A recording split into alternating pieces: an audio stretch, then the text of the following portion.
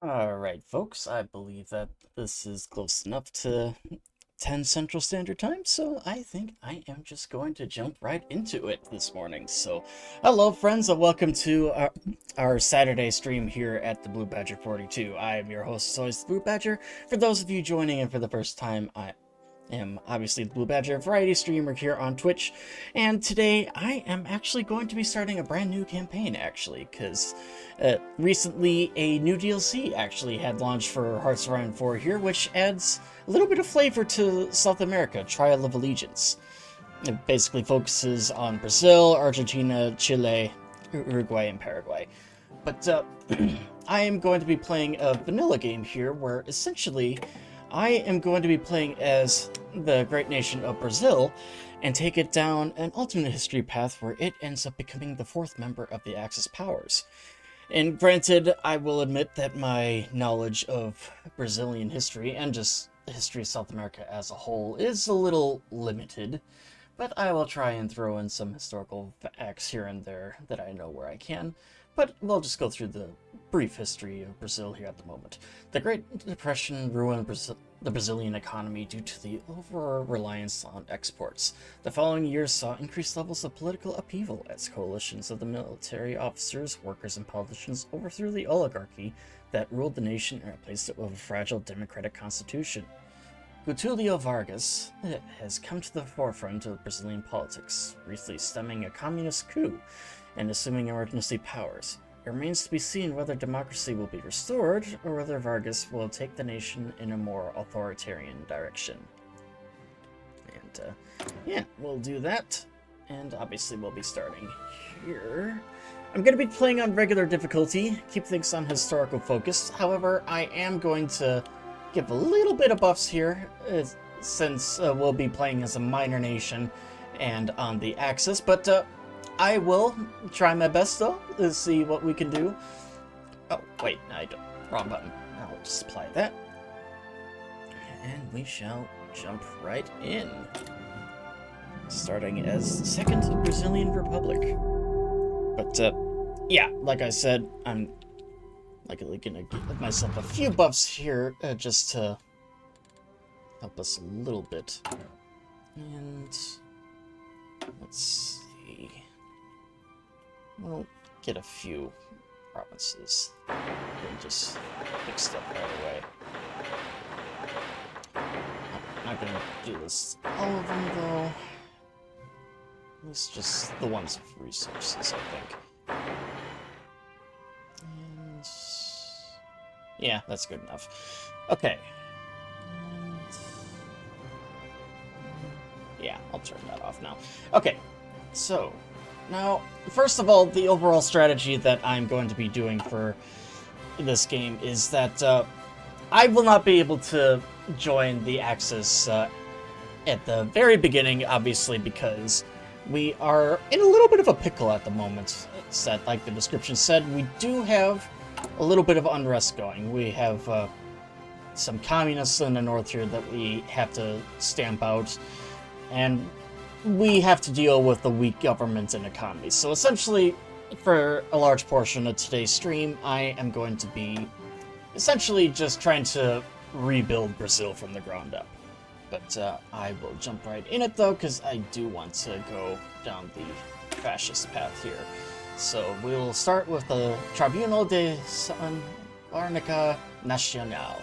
While the National Liberation Alliance failed in overthrowing our government, their members continued to walk the streets, plotting and recruiting for another opportunity to undermine the state.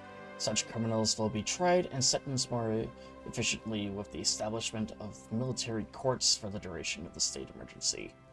Let's start with that, and let's get our first few rounds of things here, just so that we can start getting some things going. Start with you. War industrialists there too, and since we are going to be going down the fascist path, let's see. Yeah, we'll go with you, actually. A little better there. And let's select you. and the railway company then as well, because I know essentially the internal infrastructure at the moment is not the greatest for us. But then we'll start with some basic engineering and industry here then as well at the very beginning, and we should probably get our factories producing something here. 5. Actually, I'm just gonna get civilian factory in every single province that we got available. And yeah, then we'll put naval yards and the rest here. Though fortunately we will eventually have more provinces open up, but just for now, we are obviously very limited in the choices that we can do. And get some artillery going here. And let's get some ships here as well. And get some iron ore from our eventual ally Germany here. And what are we missing? Heavy fighters. That's fine for now. We don't really need any carriers at the moment. And we'll just get some units trained up, because we are going to have to raise an army here. So essentially, we are going to be bringing the war to the Western Hemisphere. Every Axis power is going to have their sphere of influence. Italy, Africa, the Germans, Europe, Japan, Asia, and the Pacific. And for us, it'll be the whole of North and South America. So, although obviously, our biggest competitor, with that being the case, is going to be the United States. But with that being said, let us actually start along the furnace line. And such. Let's actually switch up the radio a bit here. Yeah, we'll play Axis Radio too, why not? Okay. We are now going. Oh. Hey, Snake, thanks for the follow. I really appreciate that, my dude. Hope your day is going well, if you're lurking in the comments there. But, we don't have any of that yet. But let's actually increase our worker conditions here. Alright. And events are going to be moving pretty fast. Gotta go do groceries, but we'll be leave a lurk. Yeah, good luck with Brazil. Thanks, Nick. I appreciate that. So, and yeah, you do what you have to do there, my friend. So, yeah, I just appreciate the extra set of eyeballs. Alright. Congo Menace. The northeast of Brazil has been plagued for many years by bandits known as the Fascist. I have no idea how to pronounce that, I probably butchered it. With instability in the capital and politicians being more concerned with remaining in power, the Gangako are running rampant. Only through concerted effort by law enforcement can we hope to curtail their influence in the region. That we shall do. Alright, now we have that done. And we have actually gained, if I'm not mistaken... Oh, no, I have not. Okay. So let us choose our next one. We will work with the Integralists. The Integralist movement are largely in line with our own, therefore it may be prudent to gain their support to bolster our regime and against any further communist insurrections. With their paramilitary forces and deep-rooted nationalism, they will be the vanguard of the counter-revolution. Watch Integralists rally. Decision to boost fascist support with the larger towns, cities, of the nation. But, yeah, for those who actually don't know, the Integralists were sort of a fascist movement in Brazil at the time.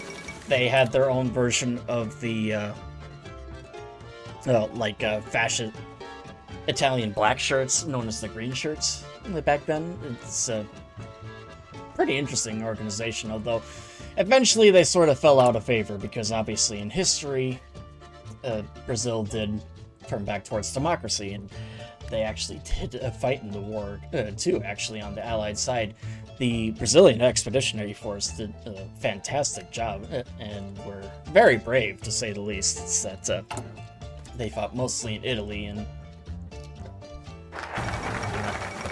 yeah, more you know. Alright, and we got our first international event then too. The real militarization of the Rhineland. Germany has stationed troops in the Rhineland territory, close to the French border, in clear violation of the Treaty of Versailles. The local population cheered the German soldiers on, while the diplomatic reactions from France and Britain have so far been muted. It is no more than the Germans walking into their own backyard, the political commentator in Britain observed.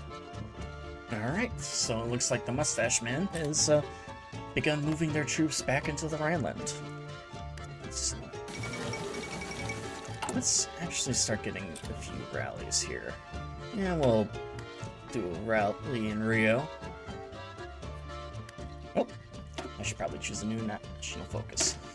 We will do ensuring military support. Maintaining the support of the military is vital in the longevity of our regime, with a few promises between the state and leading officers. Surely they can be won over to our cause.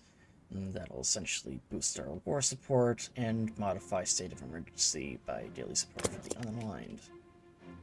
Alright. And a small integralist rally in Rio. Despite the great deal of planning that went into the recent rally in Rio, the event was rather lackluster. The expected crowds and supporters did not materialize. Those that did were a motley assortment of folks with little to no understanding of the party platform. Alright. Oh, hello, Thor. I'll try one more in Sao Paulo. Alright. Oh. Looks like our first round of engineering is done here, then. Let's get the next construction level here. Yeah, obviously, one of the downsides of being a minor country is that we, unfortunately, do not have that many research at the moment. Alright, integralist rally in Sao Paulo. Despite clashes with local socialists and liberal agitators, an integralist rally in Sao Paulo managed to draw a substantial crowd of supporters. Party leadership made multiple speeches about the future of the nation, which was met with cheers and chants from the crowd. The local party branch has already announced membership has swelled since the rally. Alright.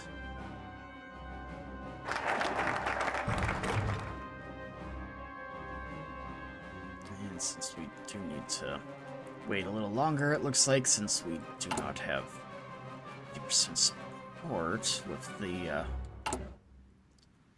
any of our parties, actually. So, okay, yeah, I will instead, dang it, shift focus over towards our economy, the aftermath of the coffee crisis. The Great Depression ruined the Brazilian economy due to the over-reliance on exports, primarily coffee. While efforts have been made to repair the economy, it falls to us to finish the job.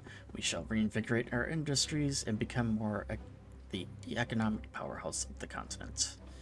And it'll modify our economy, making us a little more efficient in both growth and cap. So that is good. So I do need to get to this one at some point, because then we can deal with those bandits in the northern part of the country. So, another round of international news. The Second London Naval Treaty signed. Delegations from Britain, France, Italy, Japan, and the US met in December of 1935 to discuss the renewal of the First London Naval Treaty, which restricted the number and size of cruisers and submarines. Negotiations turned quite heated over Italy's war in Ethiopia and Japan's desires to be seen as equal to Britain and the US.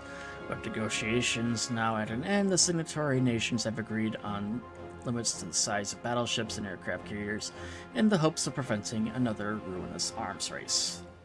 More money for the army, then. So that is good news for us. Alright,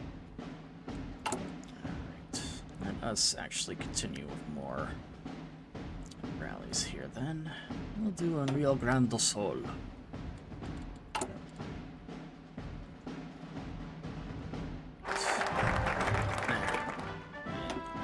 Done. Still, much. You know what? I'm gonna actually do... Oh, that would actually do a little more harm than good at the moment, so...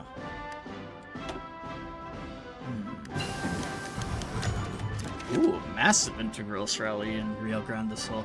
People reportedly traveled for days from across the nation just to witness the latest Integrals rally in the Rio Grande do Sul. Hundreds of uniformed members attempt to keep the crowds orderly when the slightly bewildered party leadership arrived and their speeches could barely be heard over the audience's adulation. It seemed that the disgruntled masses have finally had enough of the political status quo. Game 5. Still not enough. Alright. We're just gonna have to continue with the rallies then. In the meantime, we'll do Radio Nacional. Many nations are beginning to establish national broadcasting institutions to provide factual content and entertainment to the masses over the airwaves. We shall avoid being left behind in such endeavors by funding our own national radio. And we'll do another rally there in that province, Bahi, I think it is. Alright, and we'll concentrate our industrial efforts here then. And the Bolivian Socialist Revolution of 1936. Following the largest strike movement known until now in Bolivia, the military under the young Lieutenant Colonel Germain Bush moved to overthrow the genuine Republican government of Jose Luis Tejeda Sorzano. They believe that, unlike Tejeda, they stand on the side of the Bolivian people and its socialist ideals. And now, of the resignation, they have assumed full control of Bolivia. In what way is a military dictatorship socialist? And honestly, that is a fair question. Because usually a military dictatorship is not. And then a normal rally there. I'll do one more here.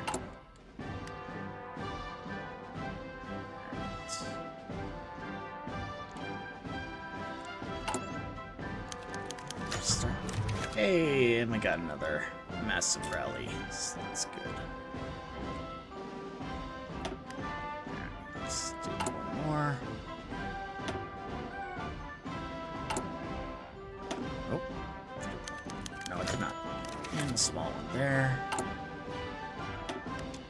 Normally doesn't take this long, and the times that I've actually tried to do this on my own, so it's kind of interesting, because I have done a few trial runs of this just to see how it goes and to get an idea of what to do. And normally it doesn't take this long.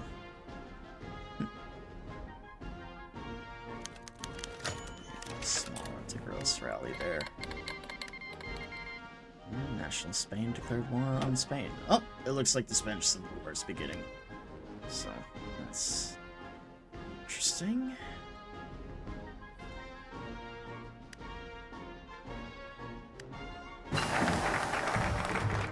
And Radio Nacional is done. Still not. Alright, in that case, we will deal with those bandits.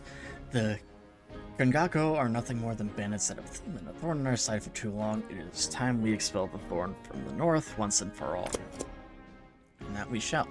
Because, honestly, this thing here is what I am trying to get rid of, and by getting rid of all those bandits will do that.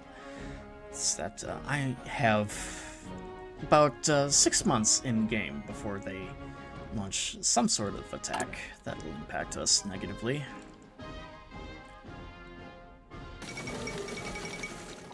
In the games of the 11th Olympiad. The 11th Olympics were recently held in Berlin, Germany, and athletes from 49 different nations across the world. The 1936 Summer Olympics are the first in history to have enjoyed limited live television coverage.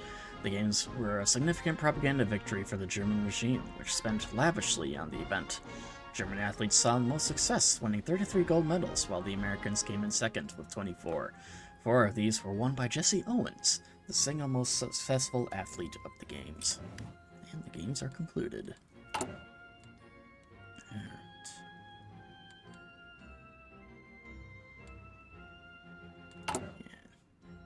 And it looks like now the military has gained support, so now we can actually go forward.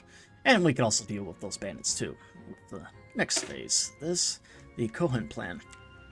With elections on the horizon and our support among the electorate waning, we need to ensure the continuation of our regime by other means. By forging plans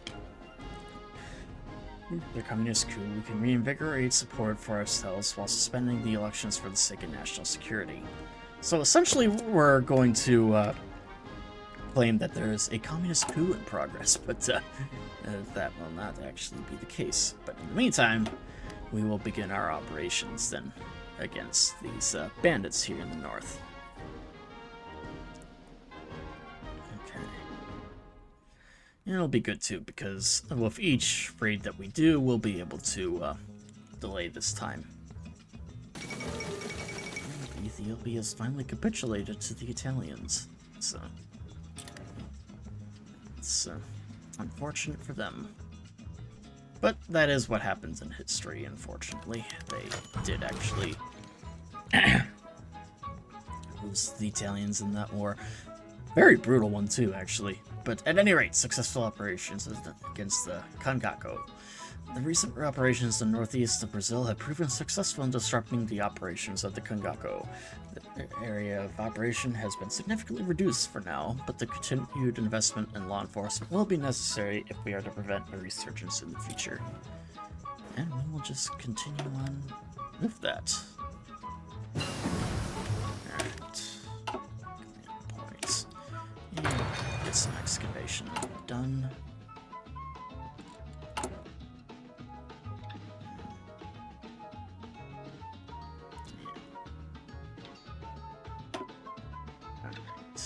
And shall then move on to the next phase of our operation. Ooh, and another successful one. And keep on just going through all that. Alright, this one's done. And we shall now go this way. With our domestic foes scattered and defeated, the time has come to wipe away the old political arrangement and to secure a modern state, one capable of ensuring long-term peace and stability for the people of the Second Brazilian Republic. And essentially, this will turn our country into a fascist state, then, from a democratic one. So, which is what I do want with this one. And get some fuel storage silos. How are we doing on the recruitment? Slow but steady. Okay. Ah, crap. I forgot to actually set these properly. So I will actually... There. That's better. Now I'll actually go to the proper fleet instead of just creating a reserve one. And another successful operation. There. And we'll have one more then once done.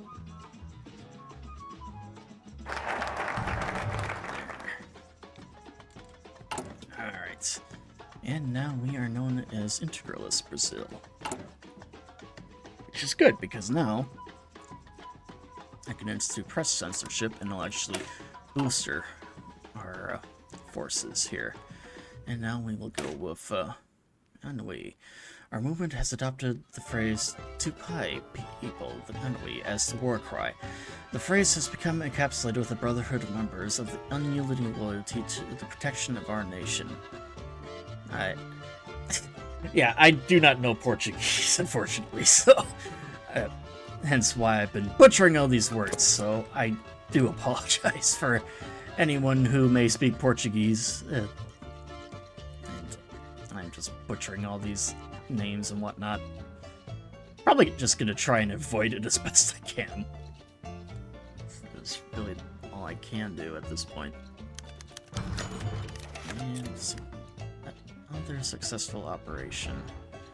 Fortunately, I'm gonna have to wait a little bit. So. Fortunately, as we continue to strengthen our government, we'll be able to get more done.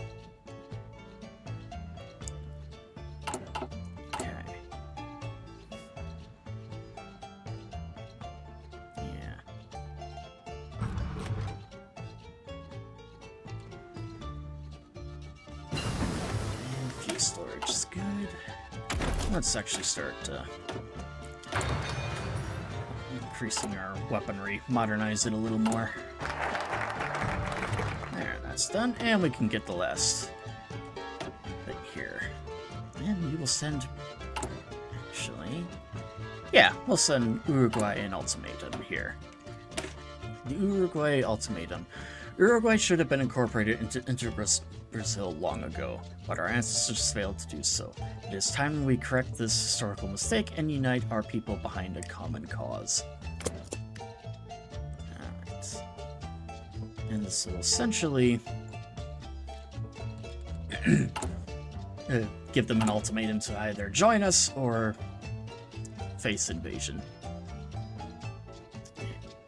And we could easily do that, I feel.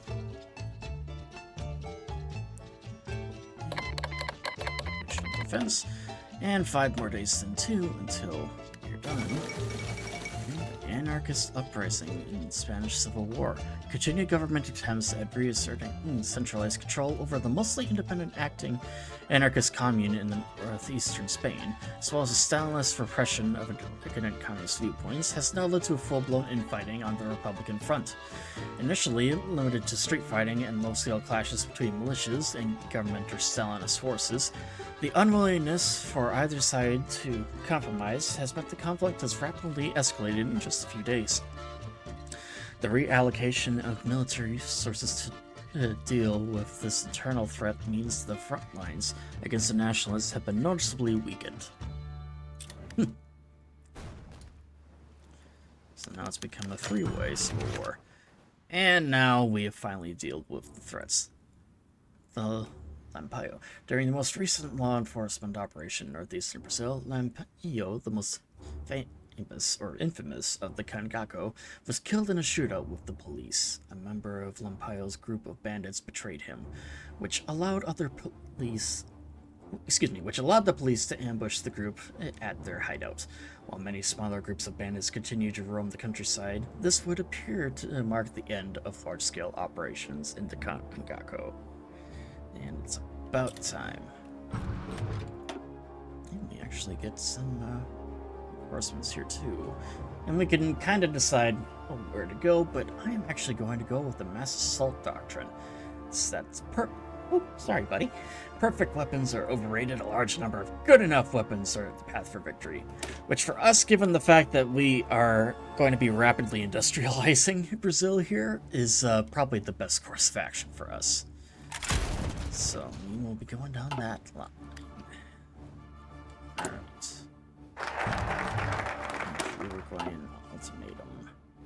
Actually, let's see what they say first. Uruguay accepts annexation. Uruguay's government has accepted our offer of statehood, meaning that military action to secure the small nation will no longer be necessary. And they had no real option but to accept. Alright. So now Uruguay is our newest province here.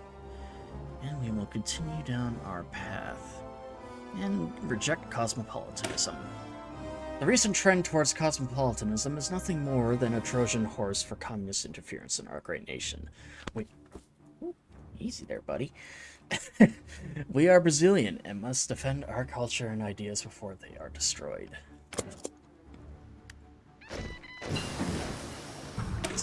Excavation done, and we'll ship back towards weaponry. We're essentially on $1 grand. Definitely a good weapon. One of my favorite guns to shoot, actually. Except my grandfather. He actually fought in the Second World War on the Pacific Front in the United States Marines. He actually fought on Guam and then later on Iwo Jima when he was wounded towards the end of the battle. Actually lost one of his fingers during it too, so the entire time he was alive, I only remember him having 9 fingers. Except his left hand, it looked like this. Where, like, just most of his left pointer finger was gone. And we got a few. And looks like the Chinese United Front formed. And you know what? We'll do the Hindenburg disaster first. The German passenger airship Hindenburg was destroyed today while attempting to dock at the Lakehurst Naval Air Station in the United States. For reasons not yet determined, the airship was engulfed in flames and crashed to the ground, claiming 35 lives. Due to the scarcity and expense of helium and the U.S. ban on exporting it, the Hindenburg, like all German passenger ships, was ultimately engineered using hydrogen, which provides greater lift but is also flammable. With public faith shaken in disaster, the rise of much faster passenger aircraft, this could spell the end of the era of the airships. Unfortunately, it did in real life. And the Chinese United Front forms. Chiang Kai-shek and Mao Zedong have issued a joint announcement declaring that they both set aside the differences in the face of Japanese attack. Both sides will observe a strict policy of non-aggression against each other for as long as the war against Japan lasts, and have vowed to do everything in their power to throw back the invader. A number of smaller warlords have declared their support, putting their forces under the command of Chiang Kai-shek. Whether the longtime enemies of the Chinese Civil War will actually work together remains to be seen, and many experts believe this will do little more than delay the inevitable defeat of China. Unstable alliance there is an understatement, honestly. Link all those, and then we're gonna recruit some militia then as well for us. Get some of those green shirts. And the U.S. Congress passes the Neutrality Act. With tensions rising around the globe, the U.S. Congress has been on the scene of intense discussions about the role the United States should play in the world stage. Many members are concerned that the president might secretly be planning to intervene in a European or Asian war. Some still remember the role the country played in the Great War and are anxious to keep the U.S. out of foreign entanglements. Eager to shore up support for his proposed programs of economic reform, President Roosevelt has signed the Neutrality Act into law, which places heavy restrictions on trade with nations at war and specifically prohibits the president from offering any kind of support to other nations. And let the giants sleep, indeed. Okay. Looks like we've actually 25 units now. Yeah, looks like that's done. We'll essentially just keep the militia here on standby. Essentially have them serve kind of as a home guard. Let's see. Let's get this one. Let's do... yeah, commerce rating. So I can't really see us getting involved in too many naval confrontations. So our navy, compared to the major powers, is relatively small. Even once we have all of South America under our rule, it's going to be difficult. And we will also go then with Brazilian Autotarch. Economic turmoil following the Wall Street crash ripped across the globe and destroyed our economy. From the consumption of coffee to the production of steel, we must become self-sufficient in all things and insulate ourselves from any future foreign crisis.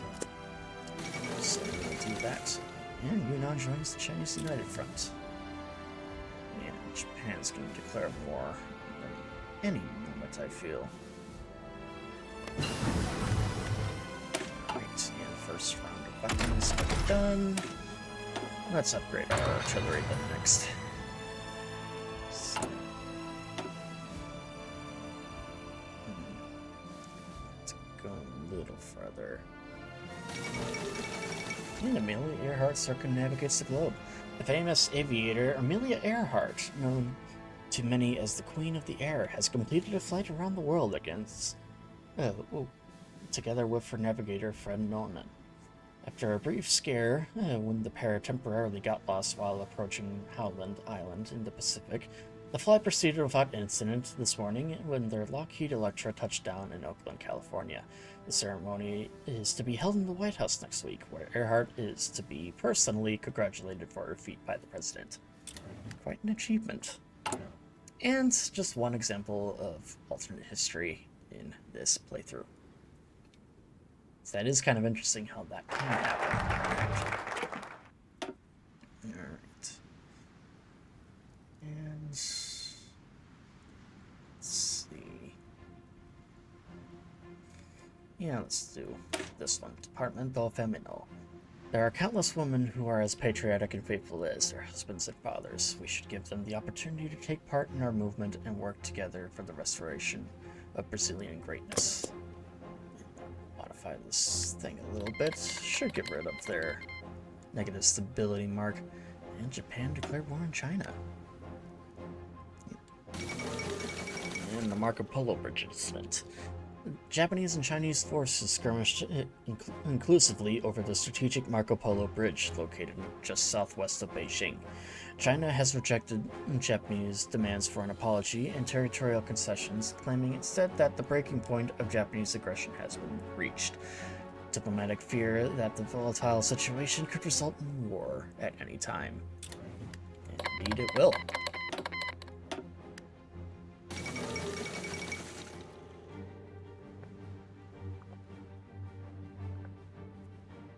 And Higino Moringo takes power in Paraguay. After growing dissatisfaction with leadership of the nation, the military took action and has installed General Higino Moringo as the new president of Paraguay. He is sympathetic to the fascist cause and is likely to be approached by Argentina for mutual protection and aid, which will likely in turn lead to Brazil attempting to strengthen their own alliance to secure themselves against Paraguayan or Argentinian aggression. Another fascist lapdog.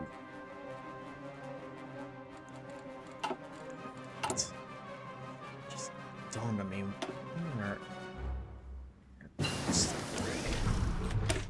Brand's done.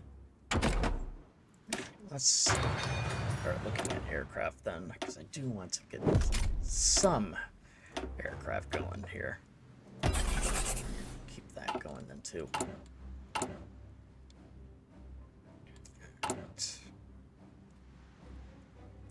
And we got the first round of ads coming in here then, folks. Should be done in about a minute.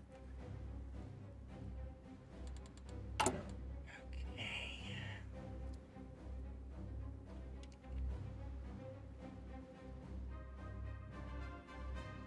5 days till that's done. Alright. And what's the situation over in Spain looking like right now? Pretty stable for the moment.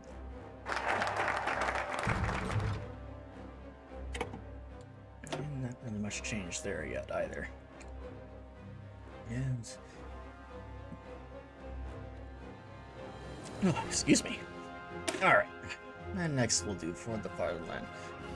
Getulio Vargas has been a useful political ally, but he cares only for power and is not a true integralist. Before widespread support across the nation, we should make a move to oust the president and install a true believer such as Plinio Elgato in office. And this will essentially just replace Vargas then as president. I forget. I don't even know how to pronounce their name actually, so never mind. Yeah, do you. So now we actually have this going. And probably... Oh, I could do it now. Do you. Now we're getting experience in every part there. Which is good, because we did kind of want to do that. Let's actually put our economy on a war footing for now, then, too. So this way, we can actually start to get a little more industry going. Alright.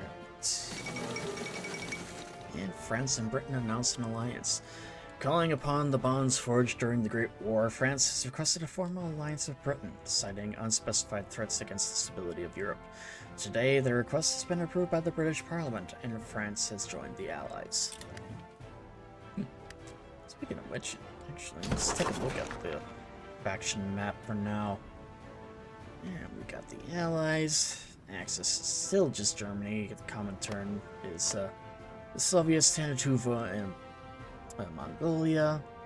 And then obviously we have the East Asian Prosperity Spear and the Chinese United Front. So. I have a feeling Beijing is likely gonna fall here any moment. But Let's see where that goes.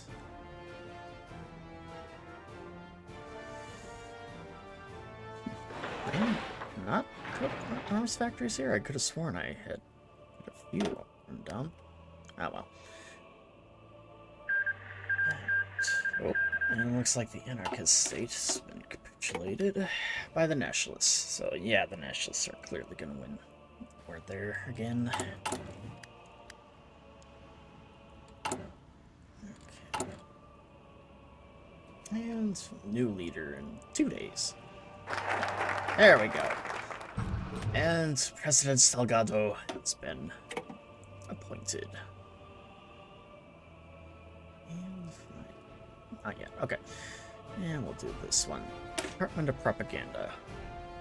Recent decade of political turmoil shows that all too well that what can happen when the government and the people are not aligned with their views. To prevent further turmoil, we shall establish a Department of Propaganda to nudge the people into alignment with our policies.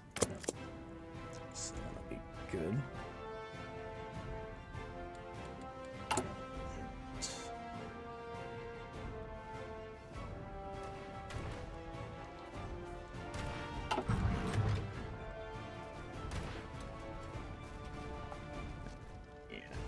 And it looks like the nationalists are going to be winning this war here pretty quickly, I feel.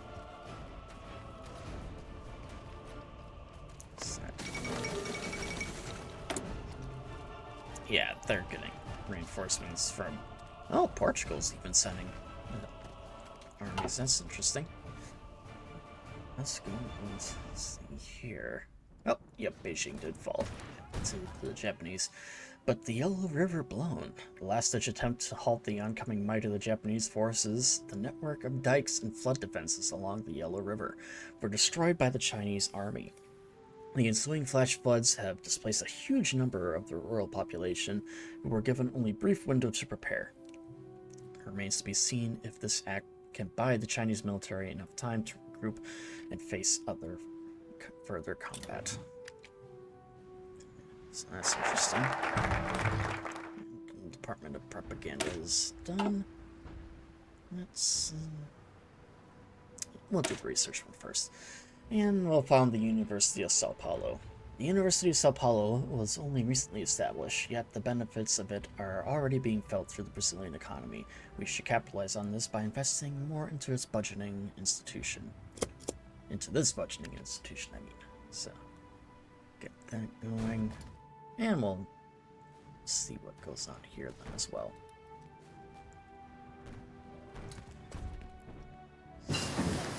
Eventually it's gonna end up collapsing, I feel. It's built.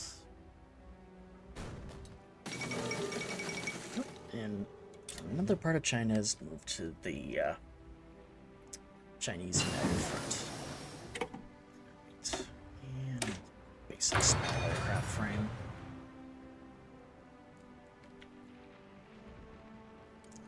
And that one's done. Oop, and we got a few events. Starting with this one. After a successful coup d'etat by the local Nazi party in Vienna, German troops have crossed the Austrian border and taken control of the country. No fighting has been reported, and the German soldiers were greeted by cheering crowds in the cities. In a speech before the massive crowd at the Hildenplatz in Vienna, the mustache man announced an Anschluss in Austria, annexing the country into Germany. The oldest eastern province of the German people shall be, from this point on, the newest bastion of the German Reich, if that is what they wish. And over in India, we have some news then as well. Yeah, and one other thing too, just in this particular game, I will be referring to Adolf Hitler as the Mustache Man for most of the games, so just heads up on that. Indian National Congress triumphs in provincial elections. In the recent local elections, the Indian National Congress has achieved an overwhelming majority on their platform of slow-ordered transition to local government and dominion status in the future. It appears that Indians have rejected the more radical policies advocated by Gandhi, who had argued for a total break with Britain and absolute home rule as soon as possible.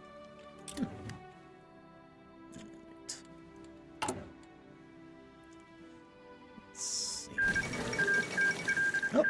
And there they go. Actually happened a lot quicker than I was expecting. The Spanish Civil War is over, as remaining Republican forces have capitulated or gone into hiding. The nationalist leadership has already seized upon this and declared the end of the Civil War.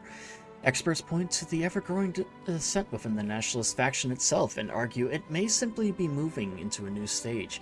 With the loss of a common enemy, they deem it only too likely that these disagreements will further fracture the unity of the nationalists. To some extent, nationalist leaders and the people themselves seem to see this too, as militias formed during the Civil War to defeat the Republicans have not yet been disbanded and instead maintain vigilant eyes on their neighbors. And the conflict does not seem settled yet.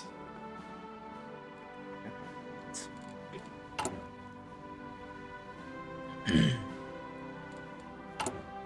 see.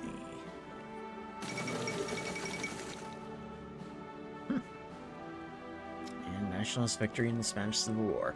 Recent weeks have seen tensions rise with the various factions among the victorious nationalists, but now the banishment of the Calipari leaders of forcible unification of political parties, Francisco Franco appears to have been able to mend these divides and thereby unify the remaining factions behind his cause. Though isolated pockets of Republican troops continue to wage guerrilla warfare, the Civil War can finally be considered well and truly over.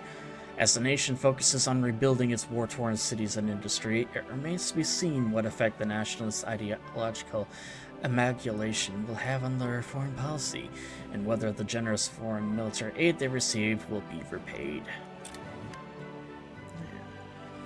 And we'll see what happens too.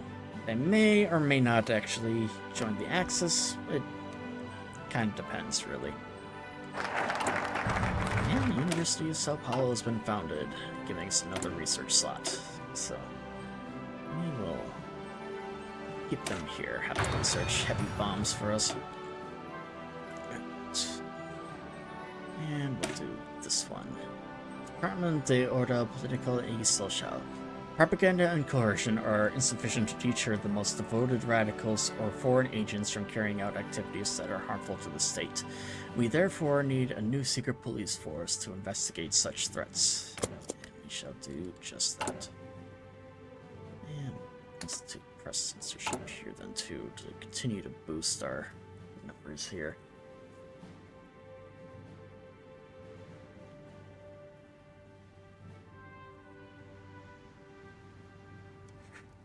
So I do need to get that to 70, actually, if I want to continue doing what we're doing.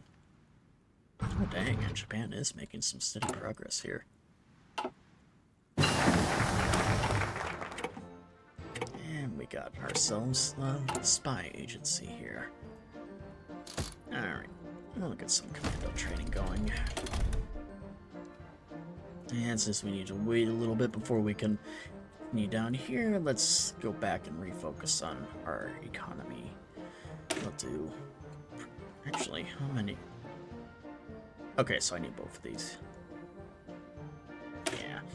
Alright, and we'll do promote resource extraction. Our nation has been blessed with abundant natural resources. To promote greater economic growth and independence, we shall invest in the modern extraction equipment for our industries. Alright. And over here... And keep on improving our engines for our Air Force. And Panay is what it is.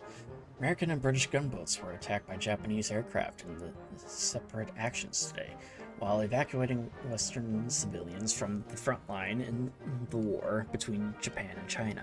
Despite being clearly marked as an American vessel, the USS Panay was hit by 2 bombs and sunk, with 3 Americans and 1 Italian citizen killed and others wounded. In separate attacks on the HMS Ladybird, 1 British sailor was killed. Both the American and British governments have issued strong protests. The incident highlights the increasing tension between the 3 foremost naval powers. Let's see what they do. And then we get to choose which path we want to go down for our navy. I'm going to go with the middle one, trade interdirection. Against a stronger naval opponent, we could focus on tying up their fleet and destroying supply lines to starve their war machine. That we shall do. Said, honestly, with the limited resources that we have, building a large naval fleet will not really be possible at the moment until we have most of the Western Hemisphere under our boot. And commando training's done. Do that one then too. And do this one.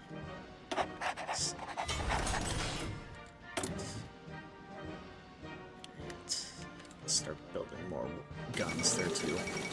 And Bulgaria approaches the German Reich.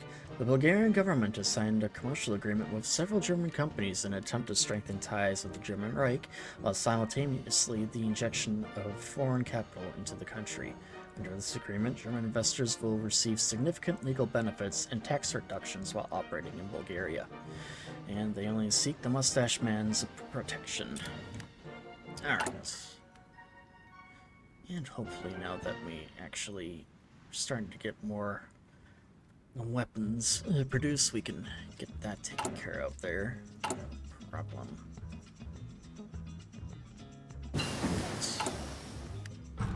We got bombs. Range improvements there. Economy. I'll hold off on that for now, just until we get all of our industry up to date here. Alright, and we got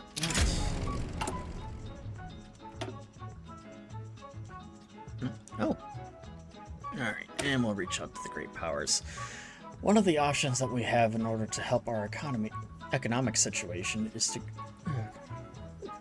to reach out to the great powers of the world and take out loans to speed up our recovery. We should be careful though, as we do not want to be in more debt than we started with.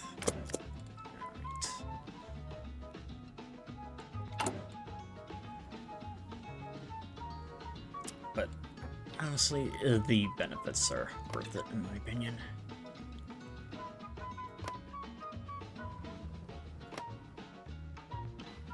Oh. I will want to actually improve relations with these guys. What is this? Oh, market access. Okay. Do we have market access? Hard to say. Doesn't look like it. Okay. And then the United States. We'll put on a friendly face for now. But soon they will actually only be assisting us in their inevitable collapse. Alright, we'll research some trucks there. Just that way we can actually do some other things here then too. And basic small aircraft.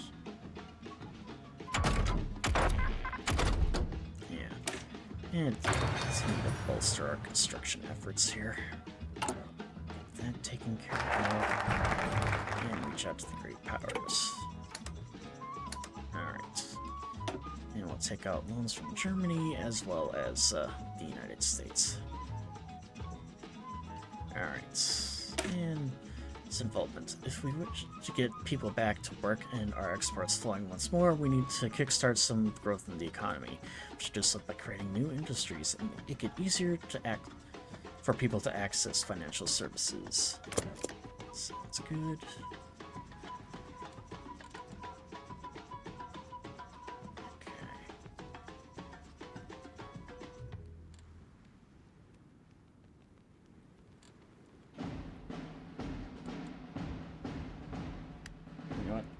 Actually, yeah, that way we can just get those ones too. Alright. Some of the benefits will be worth it. Oh, and the Fourth Internationale. A number of communist delegates from around the world met in Paris today for the founding conference, laying the groundwork for what has been known as the Fourth Internationale. Calls for the formation have existed for years, with supporters of Trotsky's theories taking the lead. Stalin has responded to the growing support of for Trotskyism abroad by ordering additional assassinations and increased propaganda against his old rival. With the past purges of suspended Trotskyites in the high ranks of the Soviet military and leadership in recent memory, this is unlikely to be met with any resistance. And how many internationals would there be? Oh. And it looks like we have the Munich Agreement now.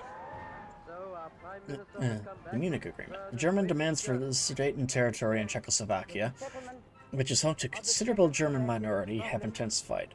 At the summit held in Munich, Germany, Britain, France, and Italy sought to find a diplomatic solution for the so-called Sudeten crisis. Czechoslovakia was not invited to attend. An agreement was reached in which Germany annexes the Sudetenland, but will not pursue any further territorial gains in Europe. Chamberlain spoke to the crowds in London. For the second time, a prime minister has returned from Germany, bringing peace with honor. I believe it is peace for our time. No war this year, then. And honestly, the Munich Agreement was nothing more than a joke. But Hungary announces the Treaty of Trianon.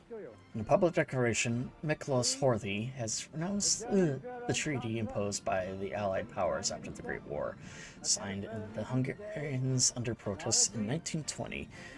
It greatly reduced the country's size and limited its strength of its military.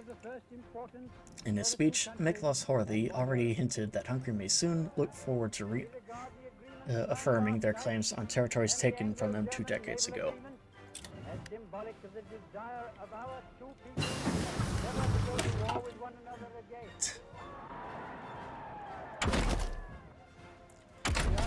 It's done. Let's see. Yeah, there. And we'll decide what to do here then for our Air Force. We'll go battlefield support. By improving how close air support interacts with divisions, we can soon lay waste to enemy divisions with optimal support. Alright. Go down that middle path. Because, like the previous one I said, we won't really have that many options for stuff. Alright. There. That's good. Is that... Yeah, I'm gonna start focusing on that then at some point down the road. And how close are we to finishing this up? Just shy. It's... yeah, I'll go down one more. Alright. And we'll promote immigration. Honduras, Brazil is a diverse nation of people whose ancestry stretches across the globe. With our economy growing once more and an abundance of resources waiting to be tapped, it is time to encourage more people to move here and call themselves Brazilian too. Do just that, since it's only 35 days, and that'll be at 70% fascist support then, so that we can continue down the main path that I want to focus on.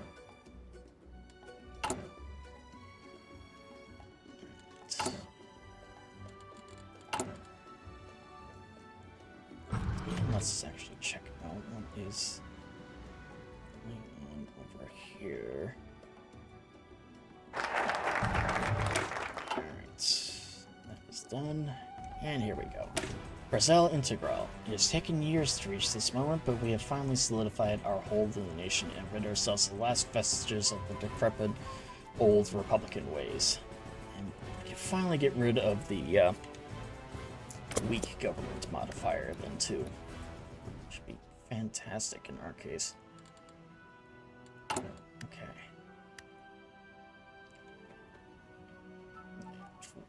slowly but surely start promoting immigration then as well. So. Okay.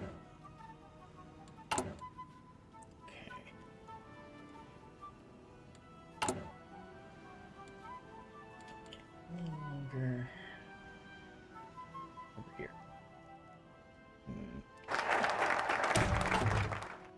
That is done. I'm actually going to continue down this path here, I think.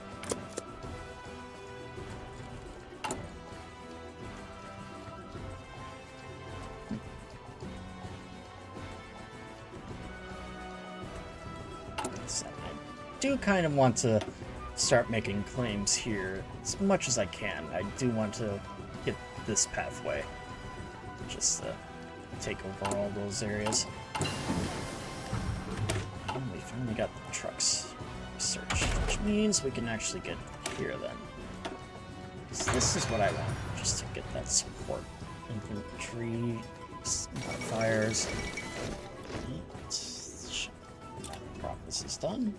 And we do have more hats coming in, folks, so. And another round of construction done. Yeah, could continue on the third one, actually. Aftermath of the Chilean earthquake. An earthquake of a magnitude 8.3 Mercalli intensity of 10 has left the Chilean cities of Chillán and Concepcion in complete ruin, with the death toll above 28,000. Reconstruction and relief efforts are on the way, but many have already been displaced, and the countries in the region are unsure of how to best resolve the ongoing issue. Yeah, I probably butchered all that.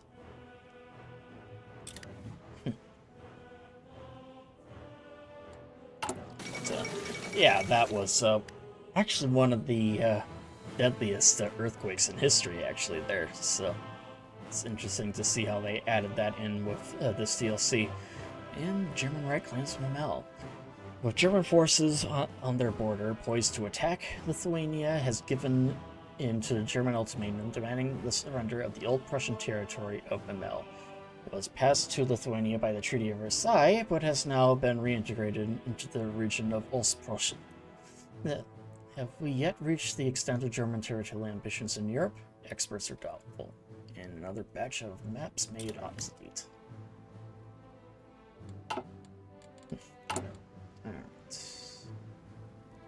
Ah, we can finally start doing stuff here. Promote. Let's get Italians in Rio, actually. So it'll help with our local manpower and construction speed.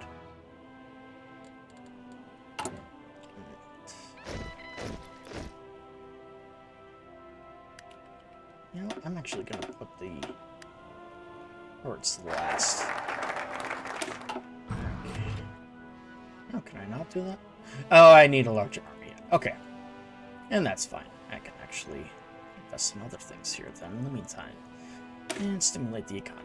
Domestic production of goods remains insufficient, leading to money flowing out of the nation to purchase imports. We must curtail this by expanding our own industries. But we shall. Yeah, it's going to be a bit yet. Probably a good thing that I switch production then to the military factories then, so that I can actually start getting things produced a little faster. And well, since we'll be stimulating our economy, it'll help us there too. How are we doing in labor production? Doing okay. It's done. Yeah, we're getting pretty close actually to the start of the the Second World War here. Just a couple months away. And the fate of Czechoslovakia. German troops have crossed into Bohemia and Moravia, ostensibly to restore order to the regions in the wake of the collapsing Czechoslovakian government. In Prague, the occupying forces announced the creation of an autonomous protectorate within the German Reich. With German support, Slovakia has been declared independent under the leadership of Joseph Tiso. The nation of Czechoslovakia is no more. And so much for peace. Alright.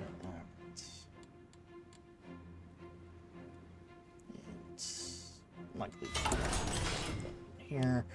Get that going. I'll need some vehicles then as well. And I'll need to help bolster our growing excuse me, supply routes.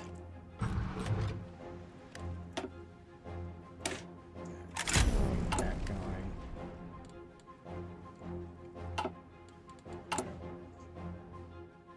Okay. Good for a little while. Uh-oh. Looks like situation over in East Asia. Ah, the Japanese have launched a landing. So, the fall in Nanjing. The capital of the Republic of China, Nanjing has been occupied by the forces of the Empire of Japan. Despite fierce resistance from the walled city's Chinese defenders, Japanese troops managed to capture Zhongshan Gate and fought their way into the city. Sporadic gunfire can still be heard, and several fires are raging in different parts of the city. But most surviving Chinese forces have been either withdrawn or been captured. Along with the capture of Shanghai, this is a significant victory for Japan in their war against China. And a very unfortunate occurrence for the citizens, too, given all the war crimes that Japan committed there. Alright. And we'll do you. Company Structure National. Steel has become a crucial resource in the magnitude of factories, but our domestic production of it is insufficient to state demand. We shall therefore establish a state-of-our-own national steel company with cutting-edge machinery, rather than importing it from overseas. Alright, and a little bit of news here then as well. King Zog submits to Italy. An ultimatum has been delivered to the Albanian government by Italian diplomats, demanding that they submit to complete military occupation.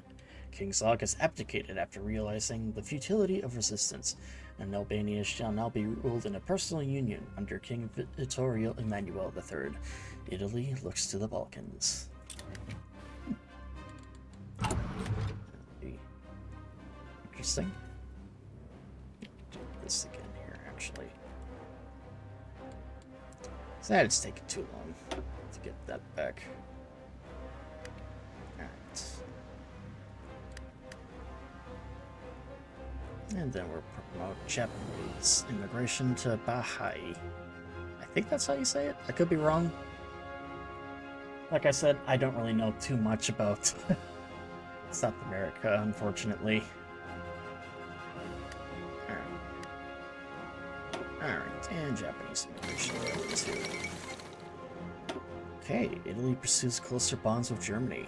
Italy and Germany have expressed many conflicting interests, particularly in Austria and the Balkans. This has not, however, prevented the countries' foreign policies growing ever friendlier towards each other. And negotiations are underway for a pact that will protect common interests.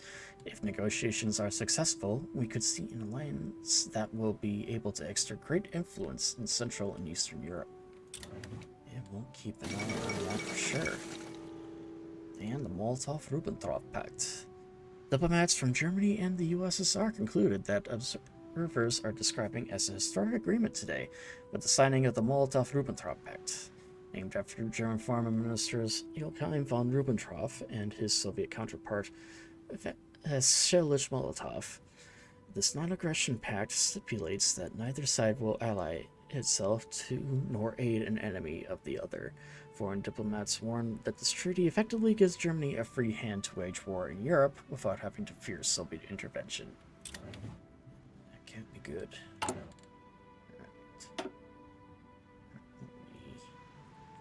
Not there yet. Still need a little more. Alright, so concentrated industry now. Let's see. How many things do I need to get? Okay, so let's do the factory and the railways. That could be done. And field hospital. And do a logistics company here next then too. Okay.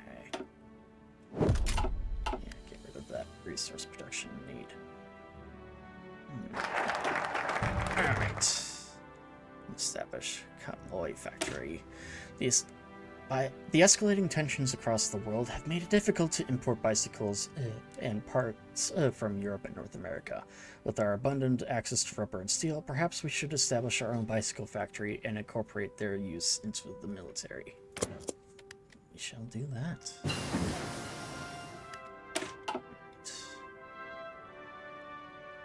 And we'll do improved machine tools here. So obviously we do that. However, I am going to start planning our infrastructure. Help bolster our rails. I want to get it to at least level 3. Everything just so that we don't have to worry about that. Alright.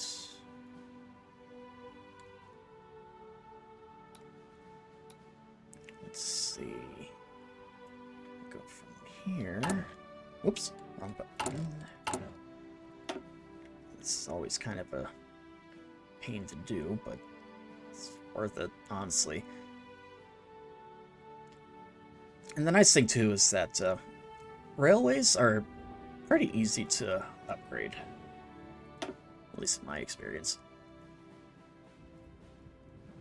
So it goes relatively fast. Easy. Alright.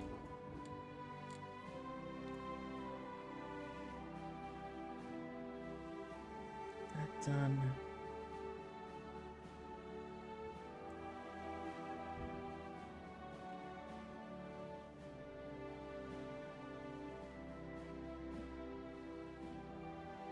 And there, then too.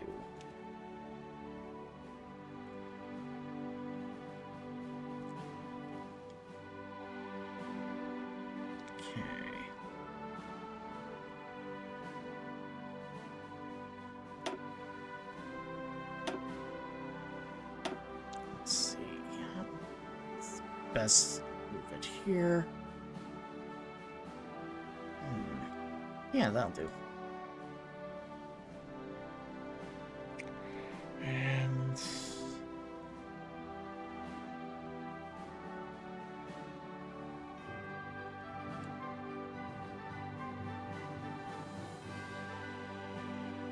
yeah, kind of try and crisscross it here then. And right here, I'd say. There. That'll do. Just that way we can get... Oh, wait. I am actually going to need it up here as well. So I do want to make sure that I can actually get everywhere I need to here. And let's actually get some supply hubs going then too.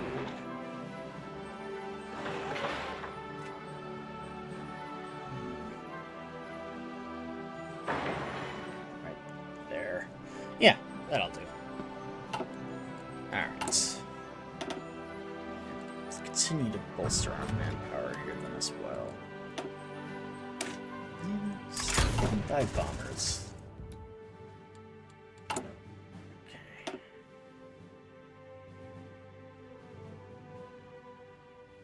And then we'll invest in railways then. Oh. Looks like war is declared, but we'll start with this. Invest in railways. Trains remain the most economical method of the mass transportation of people and goods over great distances. We should therefore invest in expanding and modernizing our rail network, as well as developing trains of our own. Right. And then Poland refuses German ultimatum. Considering the demands, it seemed inevitable. Poland would be forced to cede Danzig to Germany, and the Polish parliamentary would be sent to Berlin to negotiate for the terms. Nicely Mostiki pointed to the German Reich's recent actions when stating that it was obvious Germany would not be satisfied with Danzig alone. German and Polish forces are prepared for war, and reports are already coming in of clashes on the border. Once again, there is war in Europe. Okay.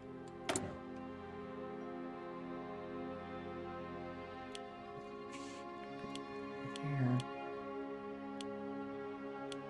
There. Okay. And there they go. They are not at war. So.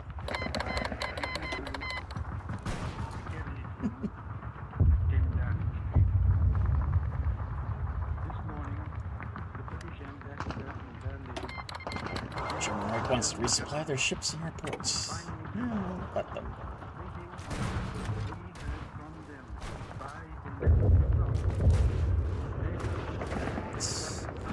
And yeah, I do have some military sound effects here going too. German forces advancing in Poland have succeeded in capturing Warsaw. Sporadic fighting continues in Prague and a few other districts. But organized resistance in the city seems to have ceased. The Polish government reportedly evacuated the city at the first... as the first German units entered Warsaw's suburbs. Present location is unknown.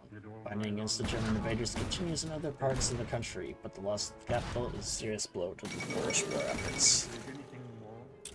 And German pressure towards Benelux. Following the breakout of war between France and Germany, Germany has applied for stronger diplomatic pressure than ever on the countries in the Benelux region. With France and British backing, however, they are refusing to give in to the pressure. There is reason to believe that if the German Reich is unable to get what they want by diplomacy, they will take action by force. Yes, they're going to be rolling into Benelux here soon, and Poland is capitulating. And our railways are not done. Alright. Doing here? Not yet. Okay. Yeah, I'll do you. Yes, and road infrastructure. Cars and trucks are becoming increasingly important to economic development. However, our road networks are not developed enough to support the mass adaptation of vehicles on a national scale. We therefore need to invest in a massive highway construction program before our economy can be throttled.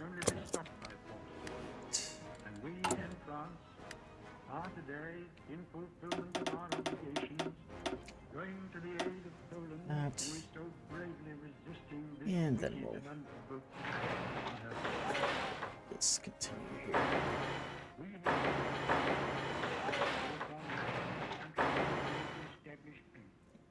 Is that all the provinces I can upgrade? No, it is. I had a feeling there was one more, but I was not sure. Actually.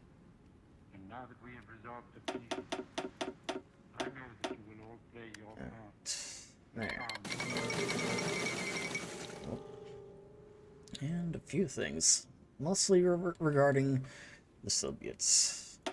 The end of the League of Nations. With the declaration of war on Finland by the Soviet Union, the League of Nations has failed in its attempts to preserve peace. Joseph Stalin openly mocked the League's inability to do anything, and with that, took his country out of the League. With other world leaders also questioning the point of the League of Nations, if it can prevent conflicts, the days of the League are de facto over. While the Council continues to meet, no one expects it to actually accomplish anything anymore. Whatever authority the Council once had is now long lost. And Finland rejects Soviet demands. Soviet diplomats have presented an ultimatum to the government of Finland, demanding border adjustments in the region of Karelia. Despite a significant buildup of Soviet forces on the border, Helsinki has rejected these ultimatums, stating that not a single foot of Finnish soil will be given willingly to the Russian aggressors. International observers feel that a Soviet invasion may be imminent. obviously they are. So, and of course, then too, we have the Germans just go right into Benelux. And the USSR is occupying eastern Poland. Soviet troops have occupied eastern Poland, officially for the purpose of protecting Belarusian and Ukrainian minorities from the chaos that followed the collapse of the Polish government. German forces have withdrawn from these areas in good order, resulting in Poland's effective partitioning between the two powers.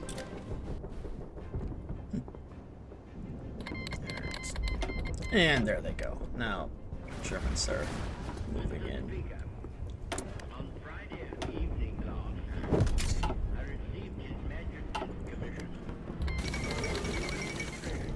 And now they are heading north then too, it looks like. German interest in Scandinavia. The German Reich has clear strategic interests in Scandinavia, both for basis of military operations and for the sake of natural resource import. The escalating conflict has meant that there is a very real threat to any resources ferried through the Baltic or North Sea. With gradually intensifying diplomatic threats against Denmark and Norway, any increase in German military operations in the region seems likely.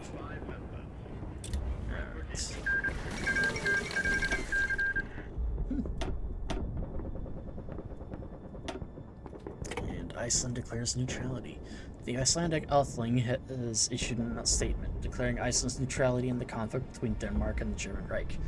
The parliament has also declared that Sven Jornsson, regent in the absence of the king, and Sven Jornsson has managed a foreign policy for Iceland. The statement indicates that this is a temporary measure and pre-war relations with Denmark shall once again be restored once the conflict is over. However, until such a day, Iceland is de facto independent. And neutrality didn't save Denmark either. It looks like Norway is embroiled in a civil war here then too, because Vidkun Quisling is made a puppet force here. And Belgium has collapsed, opening the doorway to northern France. Let's see. Got that. Yeah, we'll do the U. Machineries. The White Death. Ah, yes, Simo Haya. Yeah, Simo Haya is easily one of, if not the greatest sniper of all time. As the war has come to Finland, many hunters, I'm not even going to attempt to read that, militiamen and shooting club marksmen have taken up arms to fight off their oppressors. The Finnish sisu flows through them as they stem off the enemy attacks, utilizing the Finnish nature to their advantage. Something that has come to be known by the enemy soldiers as the White Death. But yeah, when the Russians give you a nickname for all the things that you're doing, you know you're doing a damn good job. And Simo Haya, just the fact that he got, I want to say, over 200 confirmed kills, and the fact that he did it all without a scope is what makes it even crazier. And road infrastructure. And now we can actually get other stuff here then too. And National Technology Fund. Although our industry and military have vastly expanded in recent years, it is becoming increasingly difficult to maintain technological variety with our foreign adversaries. To counter this, we shall establish a national fund to invest in emerging technologies.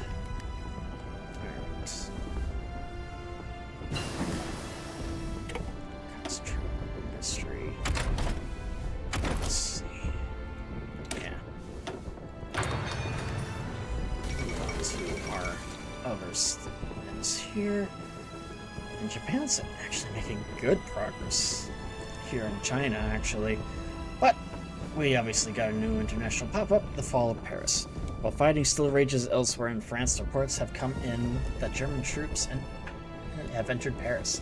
The capital was declared an open city by the French forces moments before their last units retreated.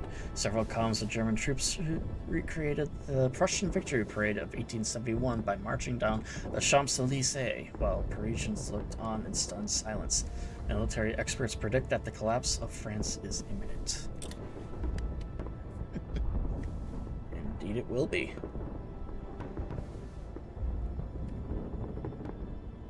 Alright, and France has capitulated.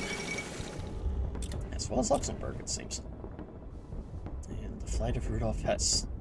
Deputy Fuhrer Rudolf Hess was arrested by the Home Guard soldiers in Scotland yesterday after parachuting from a heavy fighter. An accomplished pilot, he apparently flew alone across the North Sea, taking care to stay out of radar range before veering west towards Britain. This appears to have taken it upon himself to negotiate a peace treaty between Britain and Germany, although Britain has denounced him as a madman and stripped him of any political office. British authorities have not been available for comment. Yeah, Rudolf Hess certainly did have quite the overconfidence if he honestly believed that he alone could essentially negotiate peace between Britain and Germany. He said at that point it was pretty clear that the peace was unavoidable, or impossible, especially once Churchill came to power.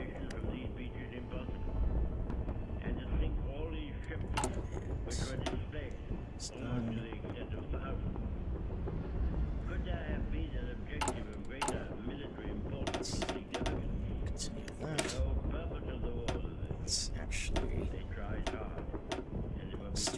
this here. We'll need a shit ton more support, though. Yeah. And looks like the Finns have declared a white peace.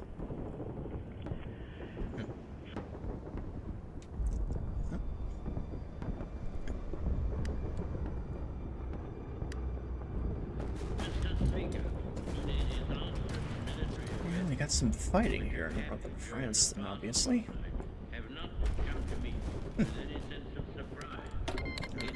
And they want to resupply our ports, and we shall let them.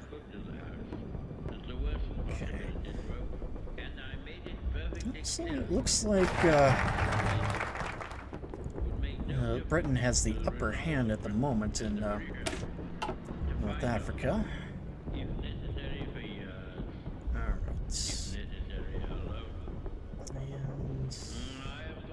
Yeah, this one. Integrous Brazil once dominated the global supply of rubber, until the British created vast plantations of their own across their empire. With their supply lines under threat, the world once again looks to us to supply them with the precious resource.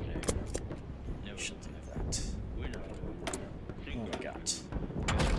Armament. And small aircraft frame.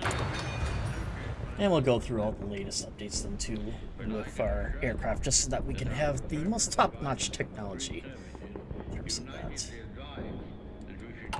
We will soon be going to war against us.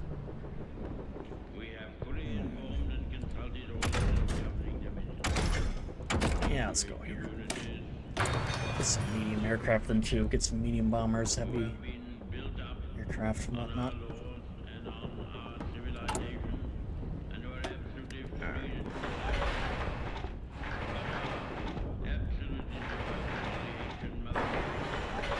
Some aircraft is built here.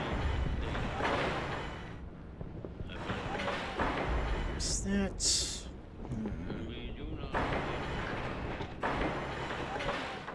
Yeah, that'll do. It'll be a little bit, though, obviously, before we get to that point. Alright. There.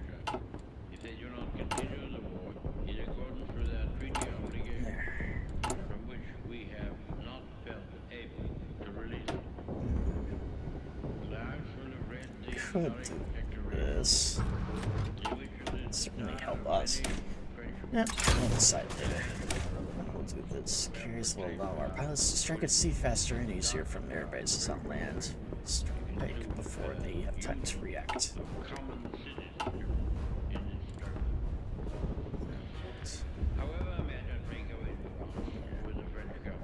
Seems to be kind of a deadlock there, Egypt. But the Brits do certainly have the upper hand in the Horn of Africa here. They actually freed Ethiopia from a lot of areas there.